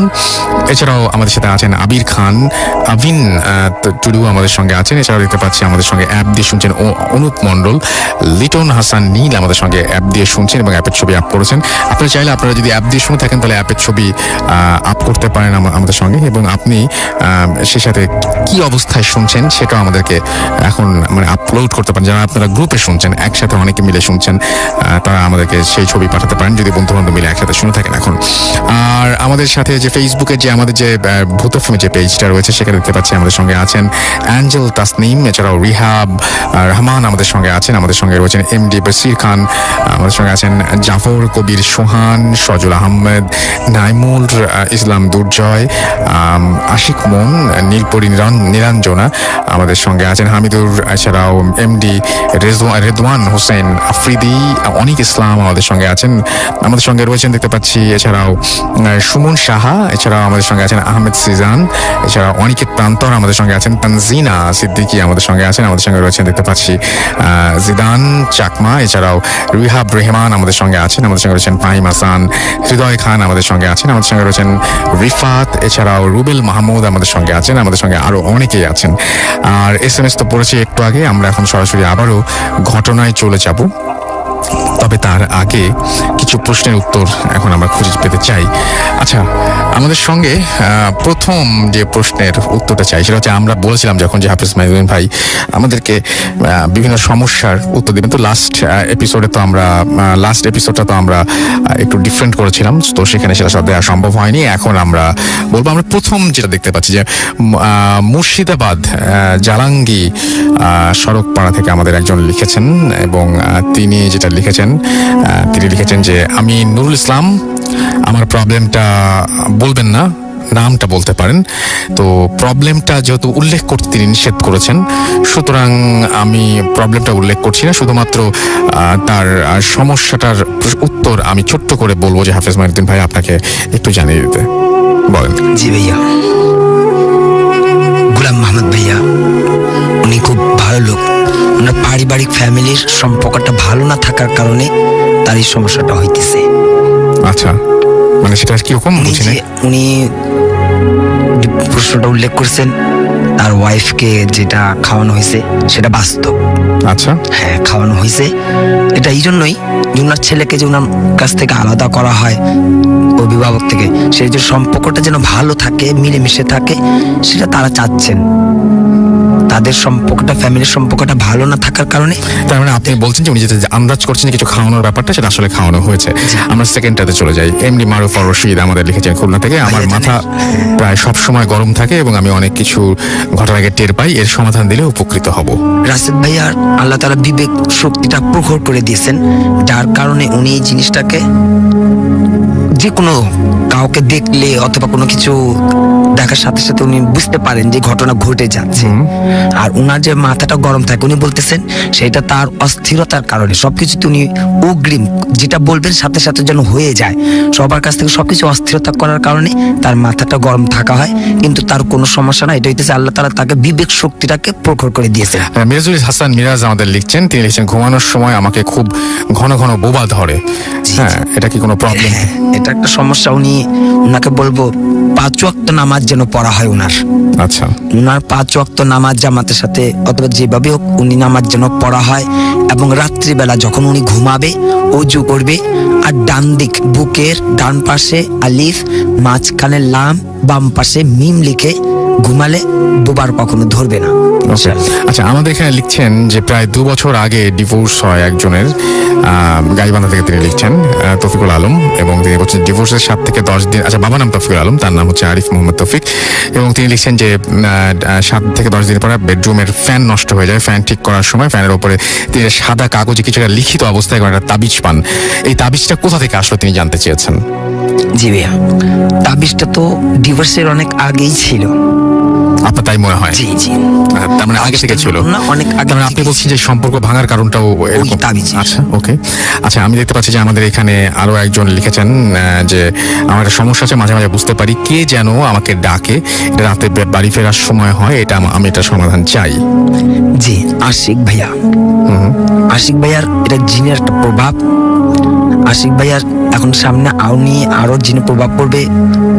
আশিক ভাইয়ার উচিত সকাল এবং সন্ধ্যা এই দুটা সময়তে যেন আয়াতুল কুরসি পাঠ করা হয়, ফজরের নামাজের পরে এবং মাগরিবের নামাজের পরে।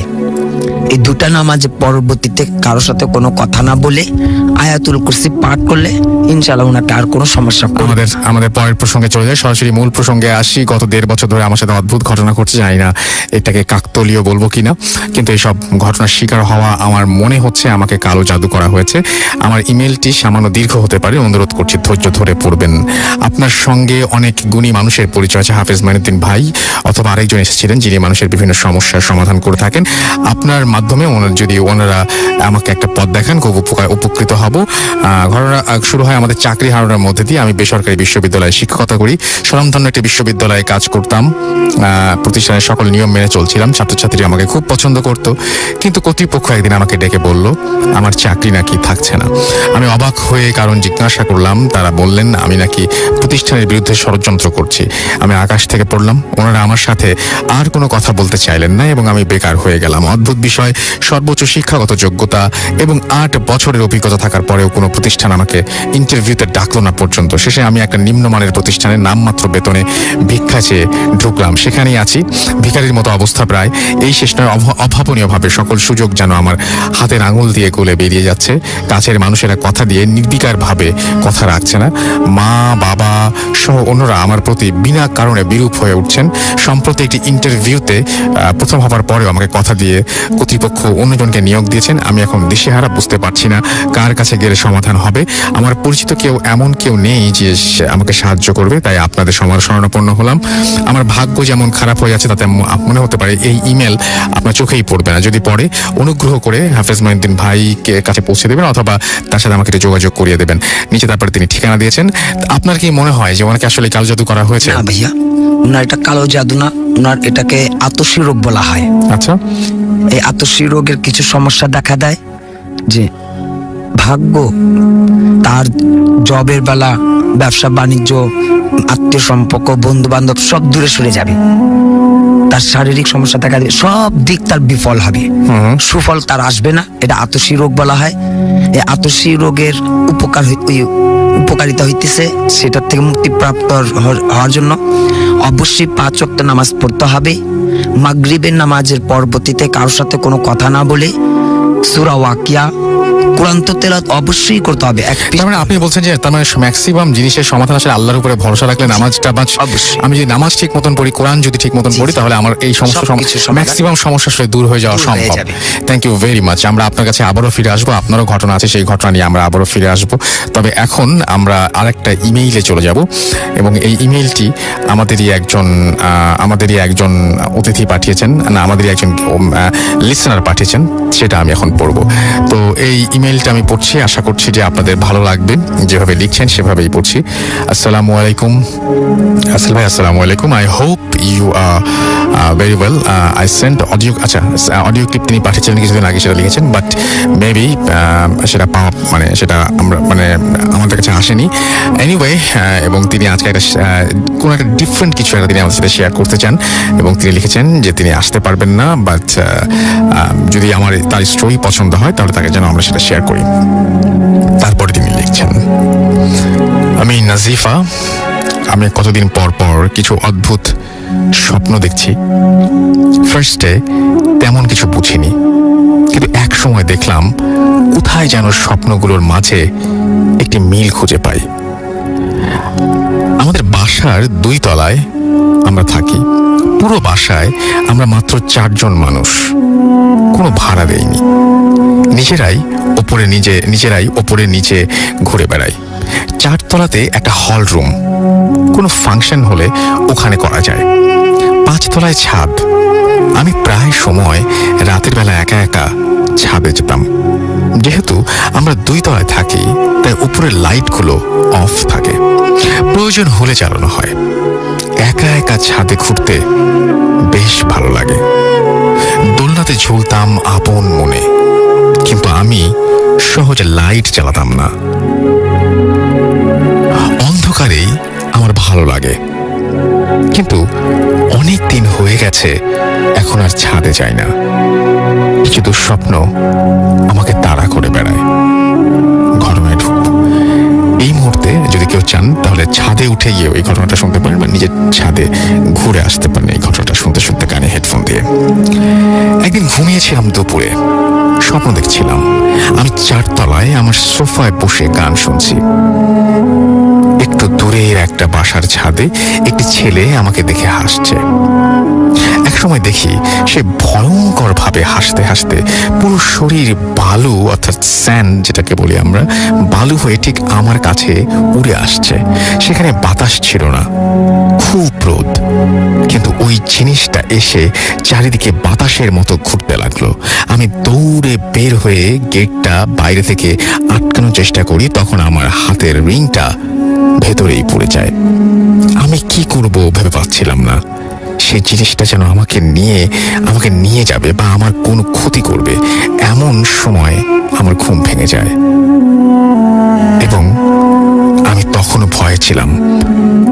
অবাক যেটা লাগছে তা হলো সময়টাও তখন প্রায় একই ছিল, মানে আমি এই মাত্র যেন ওপরে ছিলাম। এখানে কিভাবে আসলাম একই সময়ে? আরেকদিন দেখি আমি 3 তলায় একা। হঠাৎ যেন সব অন্ধকার হয়ে গেল। কোনো অবয়ব আমাকে মাটিতে ফোর্স করে ঢুকিয়ে দিচ্ছিল। সাথে সাথে আমার ঘুম ভেঙে যায় এবং তখন দেখি সময়টাও যেন কিভাবে প্রায় মিলে যাচ্ছে। আমার বডি তখনও ফ্রিজ মানে একদম ফ্রিজ হয়েছিল। এগুলো দুটো স্বপ্নের কথা বললাম। এখন বাস্তবের কথায় আসি।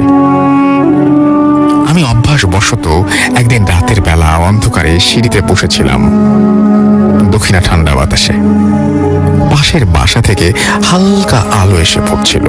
তখন আমি হঠাৎ দেখি একটা ব্ল্যাক শ্যাডো মুহূর্তে এখান থেকে ওখানে সরে গেল। আমি কয়েক সেকেন্ড তাকিয়েছিলাম, কি দেখলাম এটা। তারপর আমি 1 ফ্লোর নিচে এসে বসলাম সিঁড়িতে। বলা দরকার আমাদের বাসার পেছনের বাসাটা কেমন জানো, ওদের কাজ কখনো শেষ হয় না, ভাঙে আবার বানায়। সন্ধ্যার পর সেখানেও আর কাজ হয় না বলে উপরের সব ফ্লোর অন্ধকার থাকে। যাই হোক, আমি দেখলাম ওই বাসার একটা ফ্লোরে হঠাৎ লাইট জ্বলে উঠলো, আবার নিভে গেল। প্রথমে ভেবেছি হয়তো চোখের ভুল, কিন্তু এরপরে কয়েকবার জ্বলে আবার নিভে গেল। আন্ডার কনস্ট্রাকশন বিল্ডিং এ এমন এখন কে কি করবে? আমি এরপর যা দেখলাম তা আমার কোনো হ্যালুসিনেশন ছিল না। আমি দেখলাম একটা অদ্ভুত শ্যাডো, দেখতে খুব অন্যরকম, লাইক একটা ককরোচ কে যদি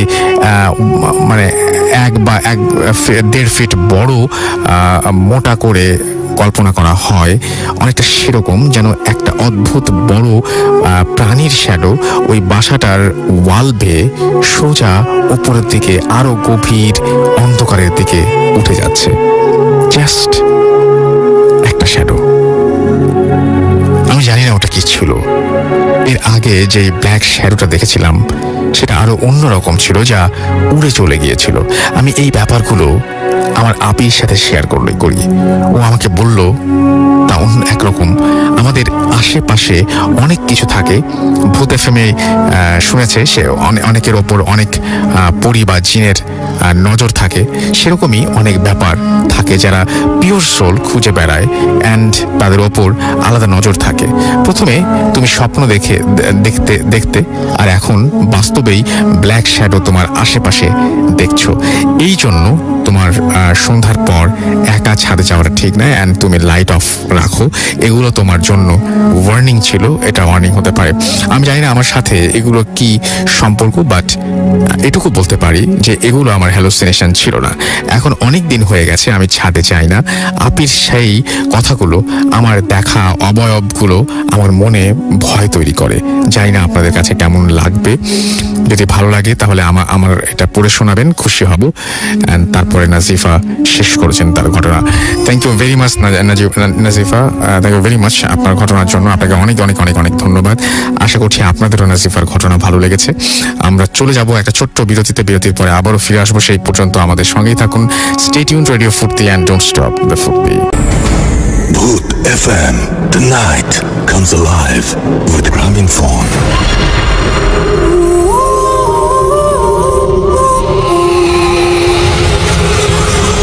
Yes, night comes alive with Gramophone. শুনছেন সবসময় রেডিও ফুর্তি 8.2 FM।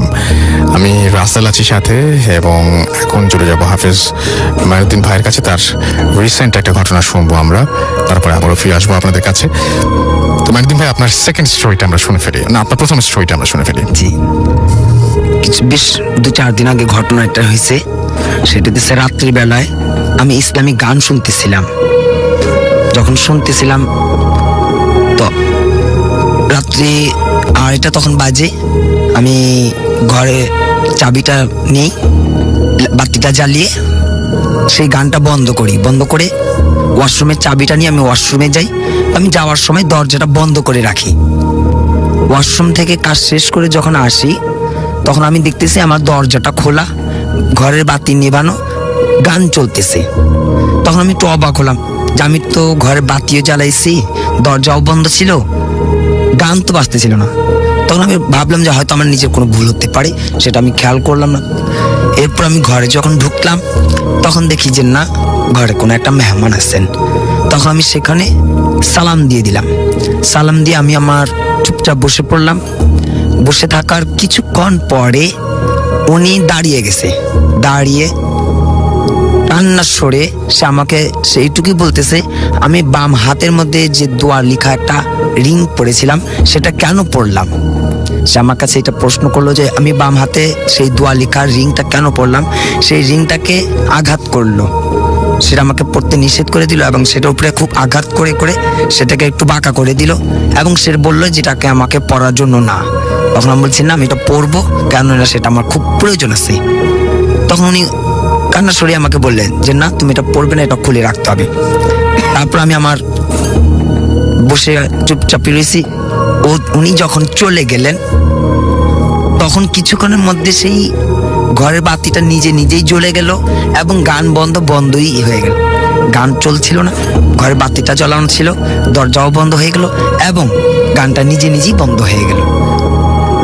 আমি পরবর্তীতে সেটা করলাম যে এই যে আমাকে আংটি দেওয়া, সে আসছেন আমার এই বাম হাতের রিংটা পরার জন্য। উনি এটা পছন্দ করেননি যে আমি বাম হাতের রিংটা কেন পরলাম। ওকে, থ্যাংক ইউ ভেরি মাচ আপনার ঘটনার জন্য। আপনাকে অনেক অনেক ধন্যবাদ। আমরা একটা কিছু SMS নিব এখন। FM নূর জাহান আমাদের SMS করেছেন এবং তিনি বলছেন যে মিরপুর থেকে তিনি SMS করেছেন এবং তিনি আমাদেরকে তার প্রবলেমের কথা লিখেছেন। খালিশপুর খুলনা থেকে মিস্টার পলাশ মাহমুদ আমাদের SMS করেছেন এবং তিনি বলেন যে আমি জানতে চাই যে স্বপ্ন দেখি সে ঘটনা আমাকে কেন জানি স্বপ্নে দেখি, আর সেই স্বপ্ন বুঝতে পারিনি। আপনারা ইমেইল করে আরো বেশি ভালো হয়, আর না হলে এখানে লিখেছে খুব ছোট করে লিখতে হবে। আমরা দেখতে পাচ্ছি আমাদেরকে দেব SMS করেছেন বরিশাল থেকে এবং তিনি শুনছেন আমাদের সাথে। বাপ্পি আমাদের সাথে আছেন এবং হাজারিবাগ থেকে তিনি আমাদের সঙ্গে আছেন। জুয়েল আমাদের সঙ্গে আছেন, আমাদের সঙ্গে রয়েছেন দেখতে পাচ্ছি ইমু ফরিদপুর থেকে। এছাড়াও প্রেম আমাদের সঙ্গে আছেন, ঋতিক আমাদের সঙ্গে আছেন, রেজাউল ইসলাম আমাদের সঙ্গে আছেন, আমাদের সঙ্গে রয়েছেন সুমাইয়া। এছাড়াও সুমাইয়া জামান আমাদের সঙ্গে আছেন, আমাদের সঙ্গে রয়েছেন দেখতে পাচ্ছি আমাদের সঙ্গে আছেন দেখতে পাচ্ছি রাহুল সাতক্ষীরা থেকে এবং আমাদের সঙ্গে আছেন এখানে দেখতে পাচ্ছি তাসিন এবং আমাদের সঙ্গে আছেন MD বুলবুল। সাকিব হাসান আমাদের সঙ্গে আছেন, বাপ্পি তালতলা থেকে আমাদের সঙ্গে আছেন, ফাহিম খুলনা থেকে আমাদের সঙ্গে আছেন, আমাদের সঙ্গে রয়েছেন মেহেদি হাসান চাঁপাইনবাবগঞ্জ থেকে, অসম আমাদের সঙ্গে আছেন দেখতে পাচ্ছি মুন আমাদের সঙ্গে আছেন দেখতে পাচ্ছি, এছাড়াও মাহবুব, এছাড়াও আমাদের সঙ্গে আছেন জুয়েল, আমাদের সঙ্গে আছেন শিশির খুলনা থেকে, হাসান আমাদের সঙ্গে আছেন এবং অনেকদিন পর তিনি আমাদেরকে আবার নক করেছেন। থ্যাংক ইউ ভেরি মাচ আমাদের সঙ্গে থাকার জন্য যারা আমাদের সঙ্গে আছেন। আর আমি দেখতে পাচ্ছি যে আমাদেরকে ফেসবুকেও অনেক কিছু লিখছেন। অ্যান্ড যারা ফেসবুকে আসতে চান তাদেরকে আরো একবার বলি যে www.facebook.com/ready.furti অথবা www.facebook.com/bhutfm.russell এই দুটো জায়গায় এসে কিন্তু আপনি আপনার কথা, আপনার যা বলার আপনি জানাতে পারেন। আমি দেখতে পাচ্ছি আমাদেরকে আরিফিন অভি আমাদের সঙ্গে আছেন এবং তিনি লিখেছেন একটা প্রবলেমের কথা। MD সাগর আহমেদ আমাদের সঙ্গে আছেন, অনেকদিন পরে তিনি শুনছেন আমাদেরকে। আশা করছি এখন থেকে রেগুলার আপনাকে পাবো ভাই। সিজান রহমান আমাদের সঙ্গে আছেন, আমাদের সঙ্গে কুয়াশার মৌ আছেন, তিনি বলছেন অলরেডি শুনছি। আরিফুর রহমান আমাদের সাথে আছেন এবং আমাদের সঙ্গে আছেন দেখতে পাচ্ছি MD হাসান খান বিশ্বনাথ সিলেট থেকে তিনি আছেন এবং তিনি অ্যাপ দিয়ে শুনছেন এবং MD নাদির উদ্দিন সামিদুল আমাদের সঙ্গে আছেন এবং আমাদের সঙ্গে তিনি শুনছেন এই মুহূর্তে জানিয়েছেন। তানভীর আহমেদ আমাদের সঙ্গে আছেন এবং শাহাদাত হুসাইন আমাদের সঙ্গে আছেন নরসিংদী থেকে। এছাড়াও আমাদের সঙ্গে আছেন দেখতে পাচ্ছি রায়াত হাসান, লিটু আনাম আমাদের সঙ্গে আছেন এবং তিনি উত্তরা থেকে শুনছেন এবং লিখেছেন যে আই লাভ ভূত এফএম আমাদের সঙ্গে আছেন দেখতে পাচ্ছি। এছাড়াও রবিউল ইসলাম সজীব এবং তিনি ময়মনসিং থেকে আমাদের সঙ্গে শুনছেন। আরিফুর রহমান জিতু আমাদের সঙ্গে আছেন, আমাদের সঙ্গে রয়েছেন দেখতে পাচ্ছি রহিমা আখতার পপি, তিনি আমাদের সাথে শুনছেন। MD হাসান খান আমাদের সঙ্গে আছেন এবং তিনি অ্যাপ দিয়ে শুনছেন। সালমান আহমেদ তিনি আমাদের সঙ্গে আছেন, তিনি অ্যাপ দিয়ে শুনছেন সাতক্ষীরা থেকে। তো থ্যাংক ইউ ভেরি মাচ যারা অ্যাপ দিয়ে শুনছেন আমাদেরকে এই মুহূর্তে। এছাড়াও আমি দেখতে পাচ্ছি আমাদের সাথে আরো অনেকেই আমাদের যে ফেসবুকে যে ফুর্তি পেজটি রয়েছে, ফুর্তির যে পেজটি রয়েছে রেডিও ফুর্তি, www.facebook.com/radio.furti। সেখানেও অনেকে শুনছেন এবং সেখানেও অনেকে আছেন আমাদের সঙ্গে, এবং তাদের মধ্যে আমি দেখতে পাচ্ছি এমডি আনামুল কবির ইমরান আছেন আমাদের সঙ্গে, আরিফুর রহমান আমাদের সঙ্গে আছেন এস এম নাইম, এছাড়া আমাদের সঙ্গে আছেন দেখতে পাচ্ছি অ্যালন মিড, ফরহাদ, এছাড়াও আমাদের সঙ্গে রিদওয়ান, রিফাত আমাদের সঙ্গে আছেন, আমাদের সঙ্গে রয়েছেন দেখতে পাচ্ছি জীবন রবিন, এছাড়াও আমাদের সঙ্গে আছেন এস এম নাইম, এছাড়াও আশরাফুল ভক্ত জয়, এমডি রিফাত আমাদের সঙ্গে আছেন, রাকিব আহমেদ আমাদের সঙ্গে আছেন, শিহাব আমাদের সঙ্গে রয়েছেন দেখতে পাচ্ছি আশিক মুন, রিদওয়ান, আচ্ছা আমাদের সঙ্গে ইমতেহান নাইম আমাদের সঙ্গে আছেন। আমরা ভূত এফএমের জন্য কন্টেন্ট প্রোভাইডার খুঁজছি, অর্থাৎ আপনি চাইলে আপনি ভূত এফএমের বিভিন্ন কন্টেন্ট প্রোভাইড করতে পারেন, এবং সেই জন্য আপনাকে যেটা করতে হবে সেটা হচ্ছে আপনাকে আপনার একটা এক কপি সিভি আমাদের ঠিকানায় পাঠিয়ে দিতে হবে, আর সেটা হচ্ছে আমাদের ভূত এফএম @radiofurti.fm, এখানে আপনি পাঠাতে পারেন। কন্টেন্ট প্রোভাইডার হিসেবে যদি আপনি ভূত এফএমের সাথে কাজ করতে চান, দ্যাট মিনস আপনাকে বিভিন্ন ধরনের যদি আপনার কাজটা কি হবে, আপনার কাজটা ঢাকার মধ্যে বা ঢাকার বাইরে যদি আপনার সাথে ঘটনা শেয়ার করতে চাই, তার কাছে ঘটনা কালেক্ট করে নিয়ে আসা, কার কাছে ঘটনা আছে এই ঘটনাগুলো খুঁজে বের করা, হন্টেড প্লেসগুলো খুঁজে বের করা, সেগুলো আমাদের কাছে সেগুলো তথ্য নিয়ে আসা, এই ধরনের ব্যাপারগুলোতে যদি আপনি ইন্টারেস্টেড হয়ে থাকেন তাহলে ডেফিনেটলি আপনি আপনার সিভি পাঠিয়ে দিতে পারেন আমাদের কাছে। আমরা আপনাকে কল করবো খুব তাড়াতাড়ি যদি আপনার আগ্রহ থাকে। আমরা চলে যাব আমাদের পরবর্তী অতিথির কাছে, এবং পরবর্তী অতিথি তিনি পেশায় একজন ড্রাইভার, এবং তার সঙ্গে সেই সূত্রেই আমার দেখা হয়েছিল, এবং তিনি আমাকে তখনই বলেছিলেন যে তার জীবনে বেশ কিছু অদ্ভুত ঘটনা রয়েছে, অ্যান্ড সেই ঘটনাগুলো আমি শুনতে চেয়েছিলাম। আজকে তিনি স্টুডিওতে এসেছেন, আমরা নানা পেশার মানুষজনকে নিয়ে আসি এখানে, এবং একটু আগে আপনারা একজনের সাথে কথা শুনেছেন, এবং তিনি একজন ড্রাইভার, এবং তার একটা অদ্ভুত ব্যাপার, তিনি নাকি একটা থাপ্পড় খেয়েছিলেন জিনের কাছ থেকে, এবং সেই দাগটা এখনো আছে। আমি প্রথম দেখলাম কারো মুখে এরকম ধরনের দাগটা অনেকটা যে জন্ম দাগ যেরকম থাকে ওইরকমই, কিন্তু একটু আলাদা শেপের, এবং সেই দাগটা তার মুখে নিয়ে তিনি বয়ে বেড়াচ্ছেন, এবং তিনি সেদিনও আমাকে এটা দেখিয়েছিলেন, এবং আমি তখনই তাকে ডাকি। আজকে তিনি এখানে এসেছেন সরাসরি ঘটনা বলার জন্য। আশা করছি তার ঘটনা আপনাদের ভালো লাগবে। আপনি নামটা প্লিজ একটু বলবেন, তারপরে আপনার ঘটনা যাবো আমরা। জি, আমার নাম আসসালামু আলাইকুম, আমি আরিফুল ইসলাম। জি, আপনি এখন আপনার ঘটনা যাবেন, আপনার ঘটনাটা একটু প্লিজ বলবেন।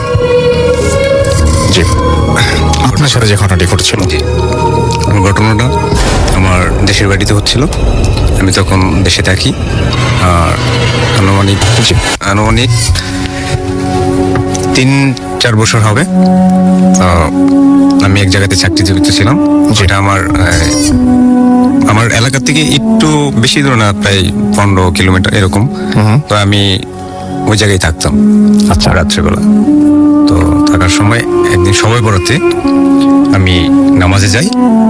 তো নামাজ থেকে রাত্রে আড়াইটার দিকে আমি আসার পর শুয়েছিলাম।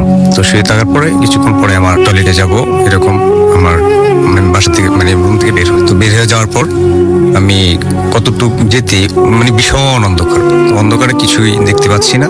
তারপরও আমি হাঁটতেছি, হেঁটে যাওয়ার পর কত দূর যেতেই আমার চোখে পড়ে যে ওই জায়গায় একটা কবরস্থান আছে, আর ওই এলাকায় এমনি পারিবারিক কোনো কবরস্থান নেই। তো যার ফলে যাদের আত্মীয় স্বজন মারা যায় তাদের নিজের জমিতেই রাস্তার পাশে কবর দেয়। তো এরকম একটা কবর পেলাম। তো সেটাতে আমি দূর থেকে দেখতে পাচ্ছি যে 7জন লোক ছিল। ওনারা সবাই সাদা পোশাক পরানো, খুব দেখতে খুব সুন্দর, দাড়িগুলো ভালো, দেখতে অনেক সুন্দর লাগছে। তো আমি ওনাদেরকে দেখতে পাই, দেখে হঠাৎ দাঁড়ানোর পর আমি সেটা জানি না ওনারা কে, বা আমি হঠাৎ করে আমি মনে ভাবতেছি যে ওনারা হয়তো নামাজ থেকে আসার পরে ওই জায়গায় দাঁড়িয়ে কোনো জামাতের বেশি আলোচনা করতেছে, এরকম একটা। তারপর আমি না ভেবেই সরাসরি টয়লেটে যাচ্ছিলাম। তারপরও আমি কি ভুল করলাম সেটাও আমি জানি না। আমি ওই জায়গা থেকে আবার ব্যাগ নিলাম। তো ব্যাগে আসতেছি, হঠাৎ করে আমার মনে হচ্ছে যেন ওই এলাকার যে আশপাশে এরকম একটা ভীষণ শব্দ আমার কানে আসতেছে। তো আমি অল্প অল্প ভয় পাচ্ছি আর অল্প অল্প করে হাঁটতেছি। তো হাঁটার পর কত দূর যেতেই পিছন থেকে আমাকে একটি থাপ্পড় দেয়, ভীষণ জোরে একটা থাপ্পড় দেয়। তো থাপ্পড়টা দেওয়ার পর আমি বেশ অনেকটা দূরত্বে ছিটকে যাই। তো ছিটকে যাওয়ার পর আমি আমার রুমমেটকে ডাকি, উনি আমার দাদু বলে ডাকতাম ওনাকে আমি রেখে আনি যে দাদা, আমি তো ওনাদেরকে চিনতেছি না, উনি আমাকে একটা থাপ্পড় দিয়েছে, আর আমি কি ভুল করেছি সেটাও আমি জানি না। তো দাদা বের হয়ে আসলো। বের হয়ে আসার পর উনি অনেক দূর যে খোঁজাখুঁজি করার পর কাউকে দেখতে পান নাই। তো পান নাই আমাকে এসে বললো কই কেউ তো নেই। আমি কই যে আমাকে মাত্র তারপর দিছে এবং আমার গালে সে দাগটা এখনো রয়ে গেছে। তো দাদা দেখলো, দেখার পরে বললো যে ঠিক আছে, তো ওনারা তো সম্ভবত আল্লাহওয়ালা জিন, ওই জিনেরাই তোমার নিশ্চয়ই ভুল পাচ্ছে, মানে ভুল হয়েছে তাই তোমাকে থাপ্পড় দিয়েছে, না দিবে কেন। তো সেটাও আমি মেনে নিলাম যে ঠিক আছে। তো পরের দুদিন পর আমাকে স্বপ্নের দিকে দেখানো হয় যে তোমার ভাগ্যটা ভালো, তুমি প্রাণে বেঁচে গেছো। আর বিশেষ করে আমাকে 4টা শর্ত দেয়, যে শর্তগুলো আমি যেন আমার লাইফে মানে মেনে চলি। তো সেগুলো আমি এখনো মানে মেনে নিচ্ছি বা চলতেছি, আশা করি সবসময় মেনে নেব। এখন থেকে আর সমস্যাটা হচ্ছে না কোনো। আর শর্তগুলো হলো আমি যেন কোনো প্রকার পানি নষ্ট না করি, প্লাস আমার আম্মা আব্বুকে মরণের আগ পর্যন্ত যেন ওনাদেরকে আমার সাথে রাখি। আর অবাধ্য মানুষে পছন্দ করে না এমন কোনো কাজ যাতে আমার জীবনে আমি কোনো সময় কারোর সাথে না করি। তো এই বিষয়গুলা আমি এখনো মেনে চলতেছি। আর আমার মাঝে মধ্যে এখনো ঘুমের করে প্রায় সময় আমার মানে বাম পাশের কানে প্রচন্ড ব্যথা হয়। তো সেই ছিল রাসেল ভাই আমার ঘটনা। থ্যাংক ইউ ভেরি মাচ আপনার ঘটনার জন্য, আপনাকে অনেক ধন্যবাদ। আমরা এতক্ষণ ধরে শুনলাম ঘটনা, এবং আমরা এখন যেটা করবো সেটা হচ্ছে ছোট্ট একটা বিরতি যাবো, এবং বিরতির পরে আবারও ফিরে আসবো। সেই পর্যন্ত আশা করছি আমাদের সঙ্গেই থাকবেন। স্টে টিউনড রেডিও ফুর্তি এন্ড ডোন্ট স্টপ দ্য ফুর্তি। FM, the night comes alive with Gramophone.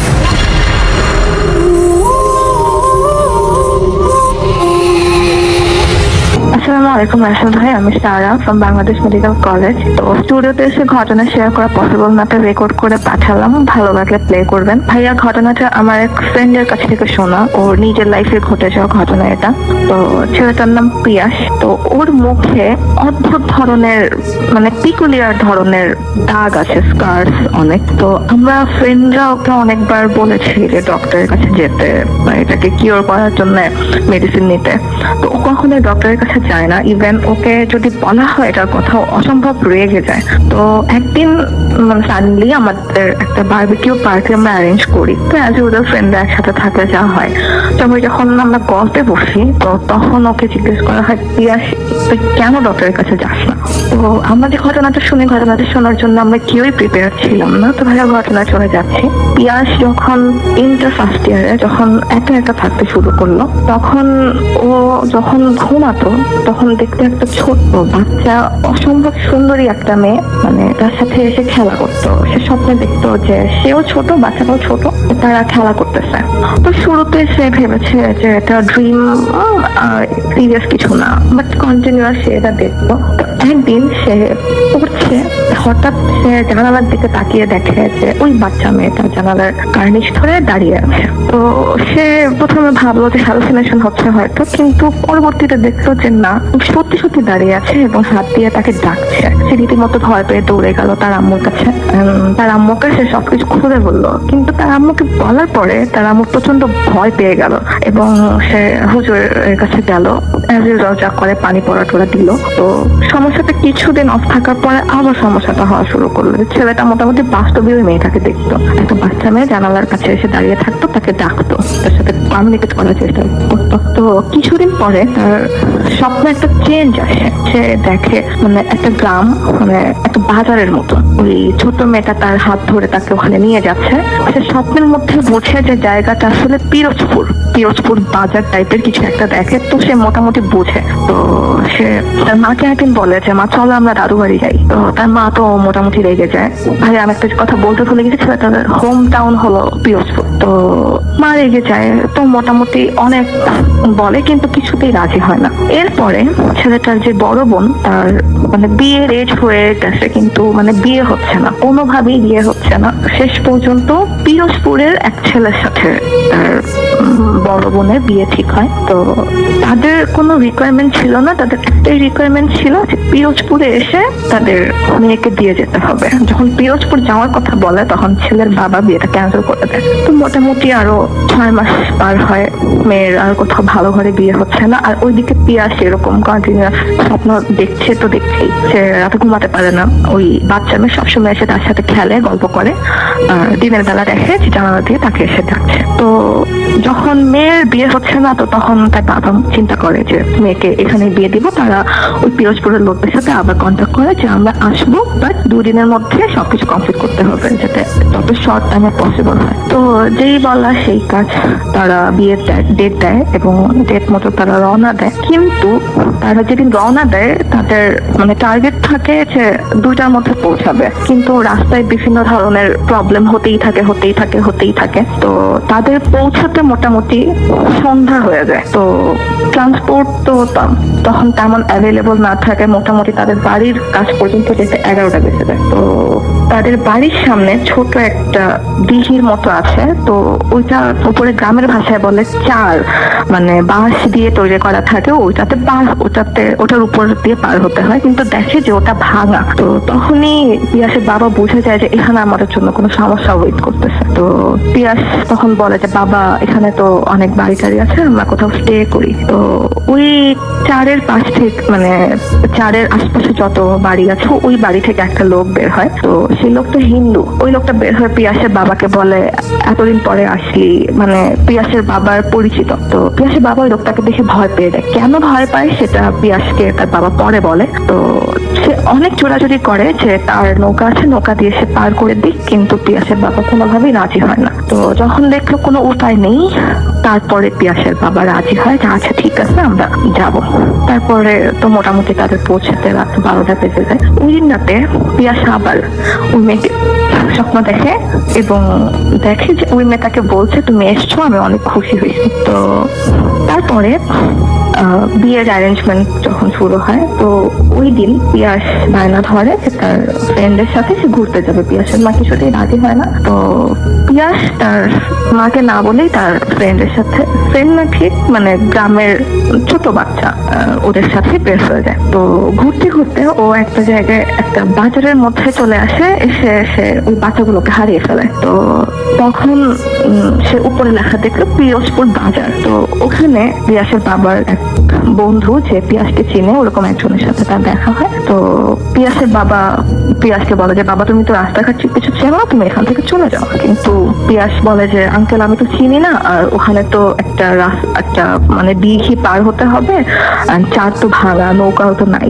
তো পিয়াস ওই বাবার ফ্রেন্ড তাকে বলে দেয়, একটা শর্টকাট হয়ে বলে দেয় যে এখান দিয়ে যাবা, কিন্তু মাঝখানে একটা শ্মশান পড়বে, তুমি শ্মশানের মধ্যে দিয়ে যাবা, শ্মশানের পাশ দিয়ে যাবা। তো যে কথা সেই কাজ, পিয়াস তখন রওনা দেয়। তো যেতে যেতে যখন সে শ্মশানের কাছে পৌঁছায়, তখন দেখে ওই বাচ্চা মেয়েটা ওখানে দাঁড়িয়ে আছে। ঠিক আছে, পিয়াস তো তখন মনে করতে পারে যে হ্যাঁ, আমি তো ওকে সবসময় স্বপ্নে দেখি। তো তখন পিয়াসের সাথে বাচ্চা মেয়েটার কথা হয়। পিয়াস তো বলে যে তোমাকে আমি এতদিন দেখেছি, তাহলে তুমি এখানেই ছিলা। তো মোটামুটি তাদের ভালোই কনভারসেশন হয়। তো পিয়াস একটা সময় মেয়েটা চলে যায়, কিন্তু পিয়াস হাঁটছে, তার রাস্তা শেষ হচ্ছে না, কোনোভাবেই রাস্তা শেষ হচ্ছে না। একটা সময় পিয়াসের মনে পড়ে পিছন থেকে কেউ একজন তার শার্ট খামচে ধরেছে। তো পিয়াসের অতটুকু মনে আছে, সে ওখানে সেন্সলেস হয়ে যায়। তো বাড়ি ভর্তি মানুষজন পিয়াসটা অনেক খোঁজাখুঁজি করতে থাকে যে পিয়াস কোথায়। পিয়াসের মা তো একদম পাগল হয়ে যায়। তো পিয়াসের বাবার হঠাৎ মনে হয় যে পিয়াসকে আমি ওখানে পাবো। যে কথা সেই কাজ, পিয়াসের বাবা ওইখানে যায়। শ্মশানে যেয়ে দেখে তার ছেলের মুখ মানে ঘামছে, রক্তাক্ত করে দেওয়া অবস্থা। তো পিয়াসকে ওখান থেকে নিয়ে আসা হয়। তো বিয়ে তখন মোটামুটি ক্যান্সেল। তো পিয়াসকে ঢাকায় নিয়ে আসা হয়। 3 দিন পর পিয়াসের সেন্স আসে। তো তখন পিয়াস তার বাবাকে জিজ্ঞেস করেছে, বাবা তুমি আমাকে কোথায় পেলে, আর তুমি জানলেই বা কিভাবে আমি শ্মশানে থাম। তো তখন পিয়াসের বাবা আসল ঘটনাটা বলে। পিয়াস যখন ছোট ছিল, মানে তখন তারা পিরোজপুরেই থাকতো। তো একটা ব্রাহ্মণের মেয়ের সাথে পিয়াসের অনেক ভালো ফ্রেন্ডশিপ ছিল। ছোটবেলায় তারা একসাথে খেলতো। যেই চারটা তারা মানে পার হওয়ার কথা ছিল, মানে যেই চারটা ভাঙা ছিল, ওই জায়গাতেই পিয়াস আর ওই হিন্দু ব্রাহ্মণের মেয়ে খেলতে খেলতে হিন্দু ব্রাহ্মণের মেয়ে চার থেকে পড়ে ওখানে মারা যায়। তো বাচ্চা তো ওরা দুজনেই ছোট ছিল, যে কেউ কাউকে ধাক্কা দিয়ে ফেলেছিল কিনা সেটা তো জানা যায়নি। বাট ওই ব্রাহ্মণ মেয়ের মৃত্যু ওই পিয়াসের হাত ধরেই হয়েছে। তো ওই মেয়ে মারা যাওয়ার পরে ওই পিয়াসের মা সবসময় ওই বাচ্চাটাকে স্বপ্ন দেখতো। তো ওর মা তখন বুঝতে পেরেছিল যে এই মেয়ে কখনোই তার ছেলে পিছু ছাড়বে না। তো এই জন্য তারা পিরোজপুর থেকে ঢাকায় শিফট হয় এবং যখন পিয়াস টিন এজে চলে আসে তখন পিয়াস ওই মেয়েটাকে বারবার স্বপ্ন দেখতো। এবং ওই চারের সামনে যে হিন্দু লোক পিয়াসের বাবাকে নৌকা দিয়ে পার করে দেওয়ার কথা বলেছিল সেই লোকটাই ছিল সেই হিন্দু ব্রাহ্মণ। তো ভাইয়া এই ছিল ঘটনা। Bhoot FM. The night comes alive with Gramophone.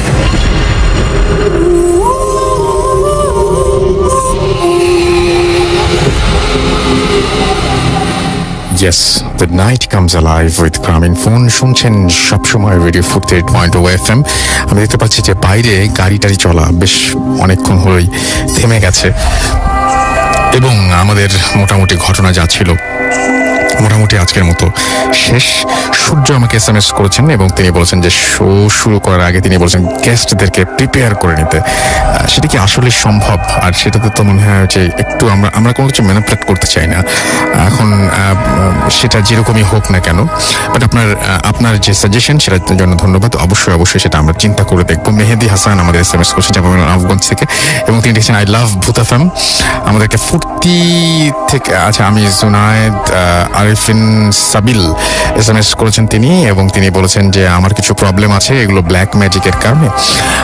আমি জানি না, আমি তো এটা বলতে পারবো না, তবে আপনার নাম টাম সবকিছু দিয়ে আপনি যদি আপনার নাম, বাবার নাম, আপনার অ্যাড্রেস সবকিছু দিয়ে আপনি আমাকে জানান তাহলে আমি হয়তো হেল্প নিতে পারি। তবে আমি জানি না, এগুলো আমি মানে অনুমান করেও বলতে পারি না আর কি। আশিক আমাদের SMS করেছেন ফার্স্ট স্টোরিটা অসম ছিল। আজিম আমাদের লিখেছেন লাস্টে অডিওটাতে স্টোরিটা বলা হয়েছে সেটা ট্রু, আই নো দ্যাট। আচ্ছা, আমাদেরকে এছাড়াও দেখতে পাচ্ছি জিহাদ SMS করেছেন এবং আজকে এপিসোডে ভয় পেলাম না গোরান খিলগাঁও থেকে লিখেছেন। আমাদেরকে SH আবরার হাজারিবাগ থেকে লিখেছেন আমি তাহলে নেক্সট উইকে অবশ্যই ট্রাই করবো যে আপনি যেন ভয় পান, আরও মারাত্মক ঘটনা আপনারা পাঠাবেন আশা করবো এবং সেই ঘটনাগুলো নিয়ে আসতে পারবো ইনশাল্লাহ। আশরাফ আমাদের SMS করেছেন আমাদেরকে শিশির খুলনা থেকে। এছাড়া আমাদেরকে তৌফিক SMS করেছেন আমাদেরকে দেখতে পাচ্ছি রাসান বরিশাল থেকে আমাদেরকে SMS করেছেন দেখতে পাচ্ছি SH আচ্ছা আমাদেরকে SMS করেছেন দেখতে পাচ্ছি অপূর্ব। এছাড়া আমাদেরকে আশিক SMS করেছেন, আমাদেরকে SMS করেছেন অপু এবং পাপ্পু ময়মনসিং থেকে। SB বাপ্পি আমাদের SMS করেছেন, মেহেদি হাসান আমাদের SMS করেছেন, আমাদেরকে SMS করেছেন দেখতে পাচ্ছি। এছাড়াও সাকিব হাসান প্রান্ত সহ আরো অনেকে। যাই হোক, আপনাদের যাদের পরীক্ষা চলতে তাদেরকে আর রাত জাগাবো না, মানে তাদেরকে মানে যারা হচ্ছে এইচএসসি দিচ্ছেন বিশেষ করে তাদেরকে বলবো যে এইচএসসি চলাকালীন সময়ে ভূত এফএম শুনবেন না, অবশ্যই শুনবেন না। এটা খুব আই এম সো সিরিয়াস যে এই ব্যাপারে। এবং আপনাকে বলছি যে জাস্ট এক্সাম শুরু শেষ হওয়ার পরে আপনি শোনার মতো অনেক টাইম পাবেন। যাই হোক, যারা এতক্ষণ পর্যন্ত আমাকে SMS করেন তাদেরকে অনেক ধন্যবাদ। আমাদের ফেসবুকে দুটো পেজ রয়েছে, সেই পেজে আপনি সপ্তাহ জুড়ে লিখতে পারেন। আমি দেখি আপনাদের পেজের লেখাগুলো। সেটা হচ্ছে যে একটা হচ্ছে www.facebook.com/radio.futti and www.facebook.com/bhootfm.russell। এই দুটো পেজে গিয়ে আপনি জানাতে পারেন আপনার সমস্ত অনুভূতির কথা। এছাড়াও RJ রাসেলের টুইটারেও একটা পেজ রয়েছে, সেখানে আপনি চাইলে যোগাযোগ করতে পারেন এবং আপনি জানাতে পারেন যে আজকের এপিসোডটি কেমন লেগেছে আপনার কাছে, কোন ঘটনা ভালো লেগেছে, কোন ঘটনা ভালো লাগেনি, সবকিছু আপনি একদম বিস্তারিতভাবে জানাতে পারেন। আর আমাদের সবচাইতে বেশি উপকার হয় যদি আপনি ঘটনা পাঠান এবং ঘটনা পাঠানোর জন্য আপনাকে করতে হবে, ঘটনা পাঠানোর জন্য আপনাকে যেটা করতে হবে সেটা হচ্ছে আপনার ঘটনাগুলো আমাদের ইমেল করে দিতে হবে। আমাদের ইমেল অ্যাড্রেস হচ্ছে bhootfm@radiofutti.fm which is bhootfm@radiofutti.fm। আপনার নাম, ঠিকানা এবং ফোন নাম্বার সহ আপনার জীবনে ঘটে যাওয়া বা আপনার জানা সেরা ঘটনা লিখে পাঠিয়ে দিন আমাদের কাছে। ঘটনার শুরুতে অবশ্যই উল্লেখ করুন যে এই ঘটনাটি আপনি স্টুডিওতে এসে শেয়ার করতে চান নাকি আপনি চান আপনার ঘটনা আমরা পড়ে শোনাই। যারা দেশের বাইরে রয়েছেন তাদেরকে রিকোয়েস্ট করব যে আপনারা সরাসরি অডিও ক্লিপ পাঠিয়ে দিতে পারেন আমাদের কাছে এবং সেই অডিও ক্লিপটি যদি সিলেক্টেড হয় তাহলে আমরা প্লে করবো, আজকে যেরকম প্লে করলাম। তো যাই হোক, আমরা আপনাদের ঘটনার অপেক্ষায় রইলাম, ফিরে আসবো আবারও। এখনো দেখতে পাচ্ছি অনেকে SMS করেছেন। আমিনুর ফতুল্লাহ থেকে আমাদের SMS করেছেন, আশরাফ ঢাকা থেকে আমাদের SMS করেছেন আমাদেরকে পড়ি কালকে এক্সাম, তাও শুনছি না, এটা ঠিক না, একেবারেই ঠিক না, আমি একটু আগে নিষেধ করলাম এটাই। সোনাম আমাদের SMS করেছেন, কনা আমাদের SMS করেছেন। আমরা চাই না আসলে কোনো কারণেই ভূত এফএম শোনাটা আপনাদের বন্ধ হয়ে যাক, রাইট? সো আপনি এমন কিছু করবেন না যে এক্সামের সময় শুনবেন, কালকে আপনার ফ্যামিলি থেকে বলবে যে আপনি ভূত এফএম শুনেন না। তো এটা আমরা চাই না। তো পড়াশোনার সময় পড়াশোনাটা করবেন আর কি। আমাদেরকে এছাড়াও দেখতে পাচ্ছি ইতি SMS করেছেন, আমি আমিনুর, এছাড়া আমাদেরকে আরো অনেকে SMS করেছেন। ফুলতলা থেকে আমিনুর SMS করেছেন, এছাড়া আমাদেরকে আরো অনেকে SMS করেছেন। আপনি যদি SMS করতে চান তাহলে আজকে আর করে লাভ নেই, আজকে আপনি সরাসরি কিন্তু আমাদের ফেসবুক পেজে বা ইমেল করে আমাদের সাথে যোগাযোগ করতে পারেন। কথা হবে আবারও আগামী সপ্তাহে। সেই পর্যন্ত সবাই ভালো থাকবেন, সুস্থ থাকবেন, সুন্দর থাকবেন, মোস্ট ইম্পর্টেন্টলি ফুর্তি থাকবেন। আজকের মতো এখানেই শেষ করছি।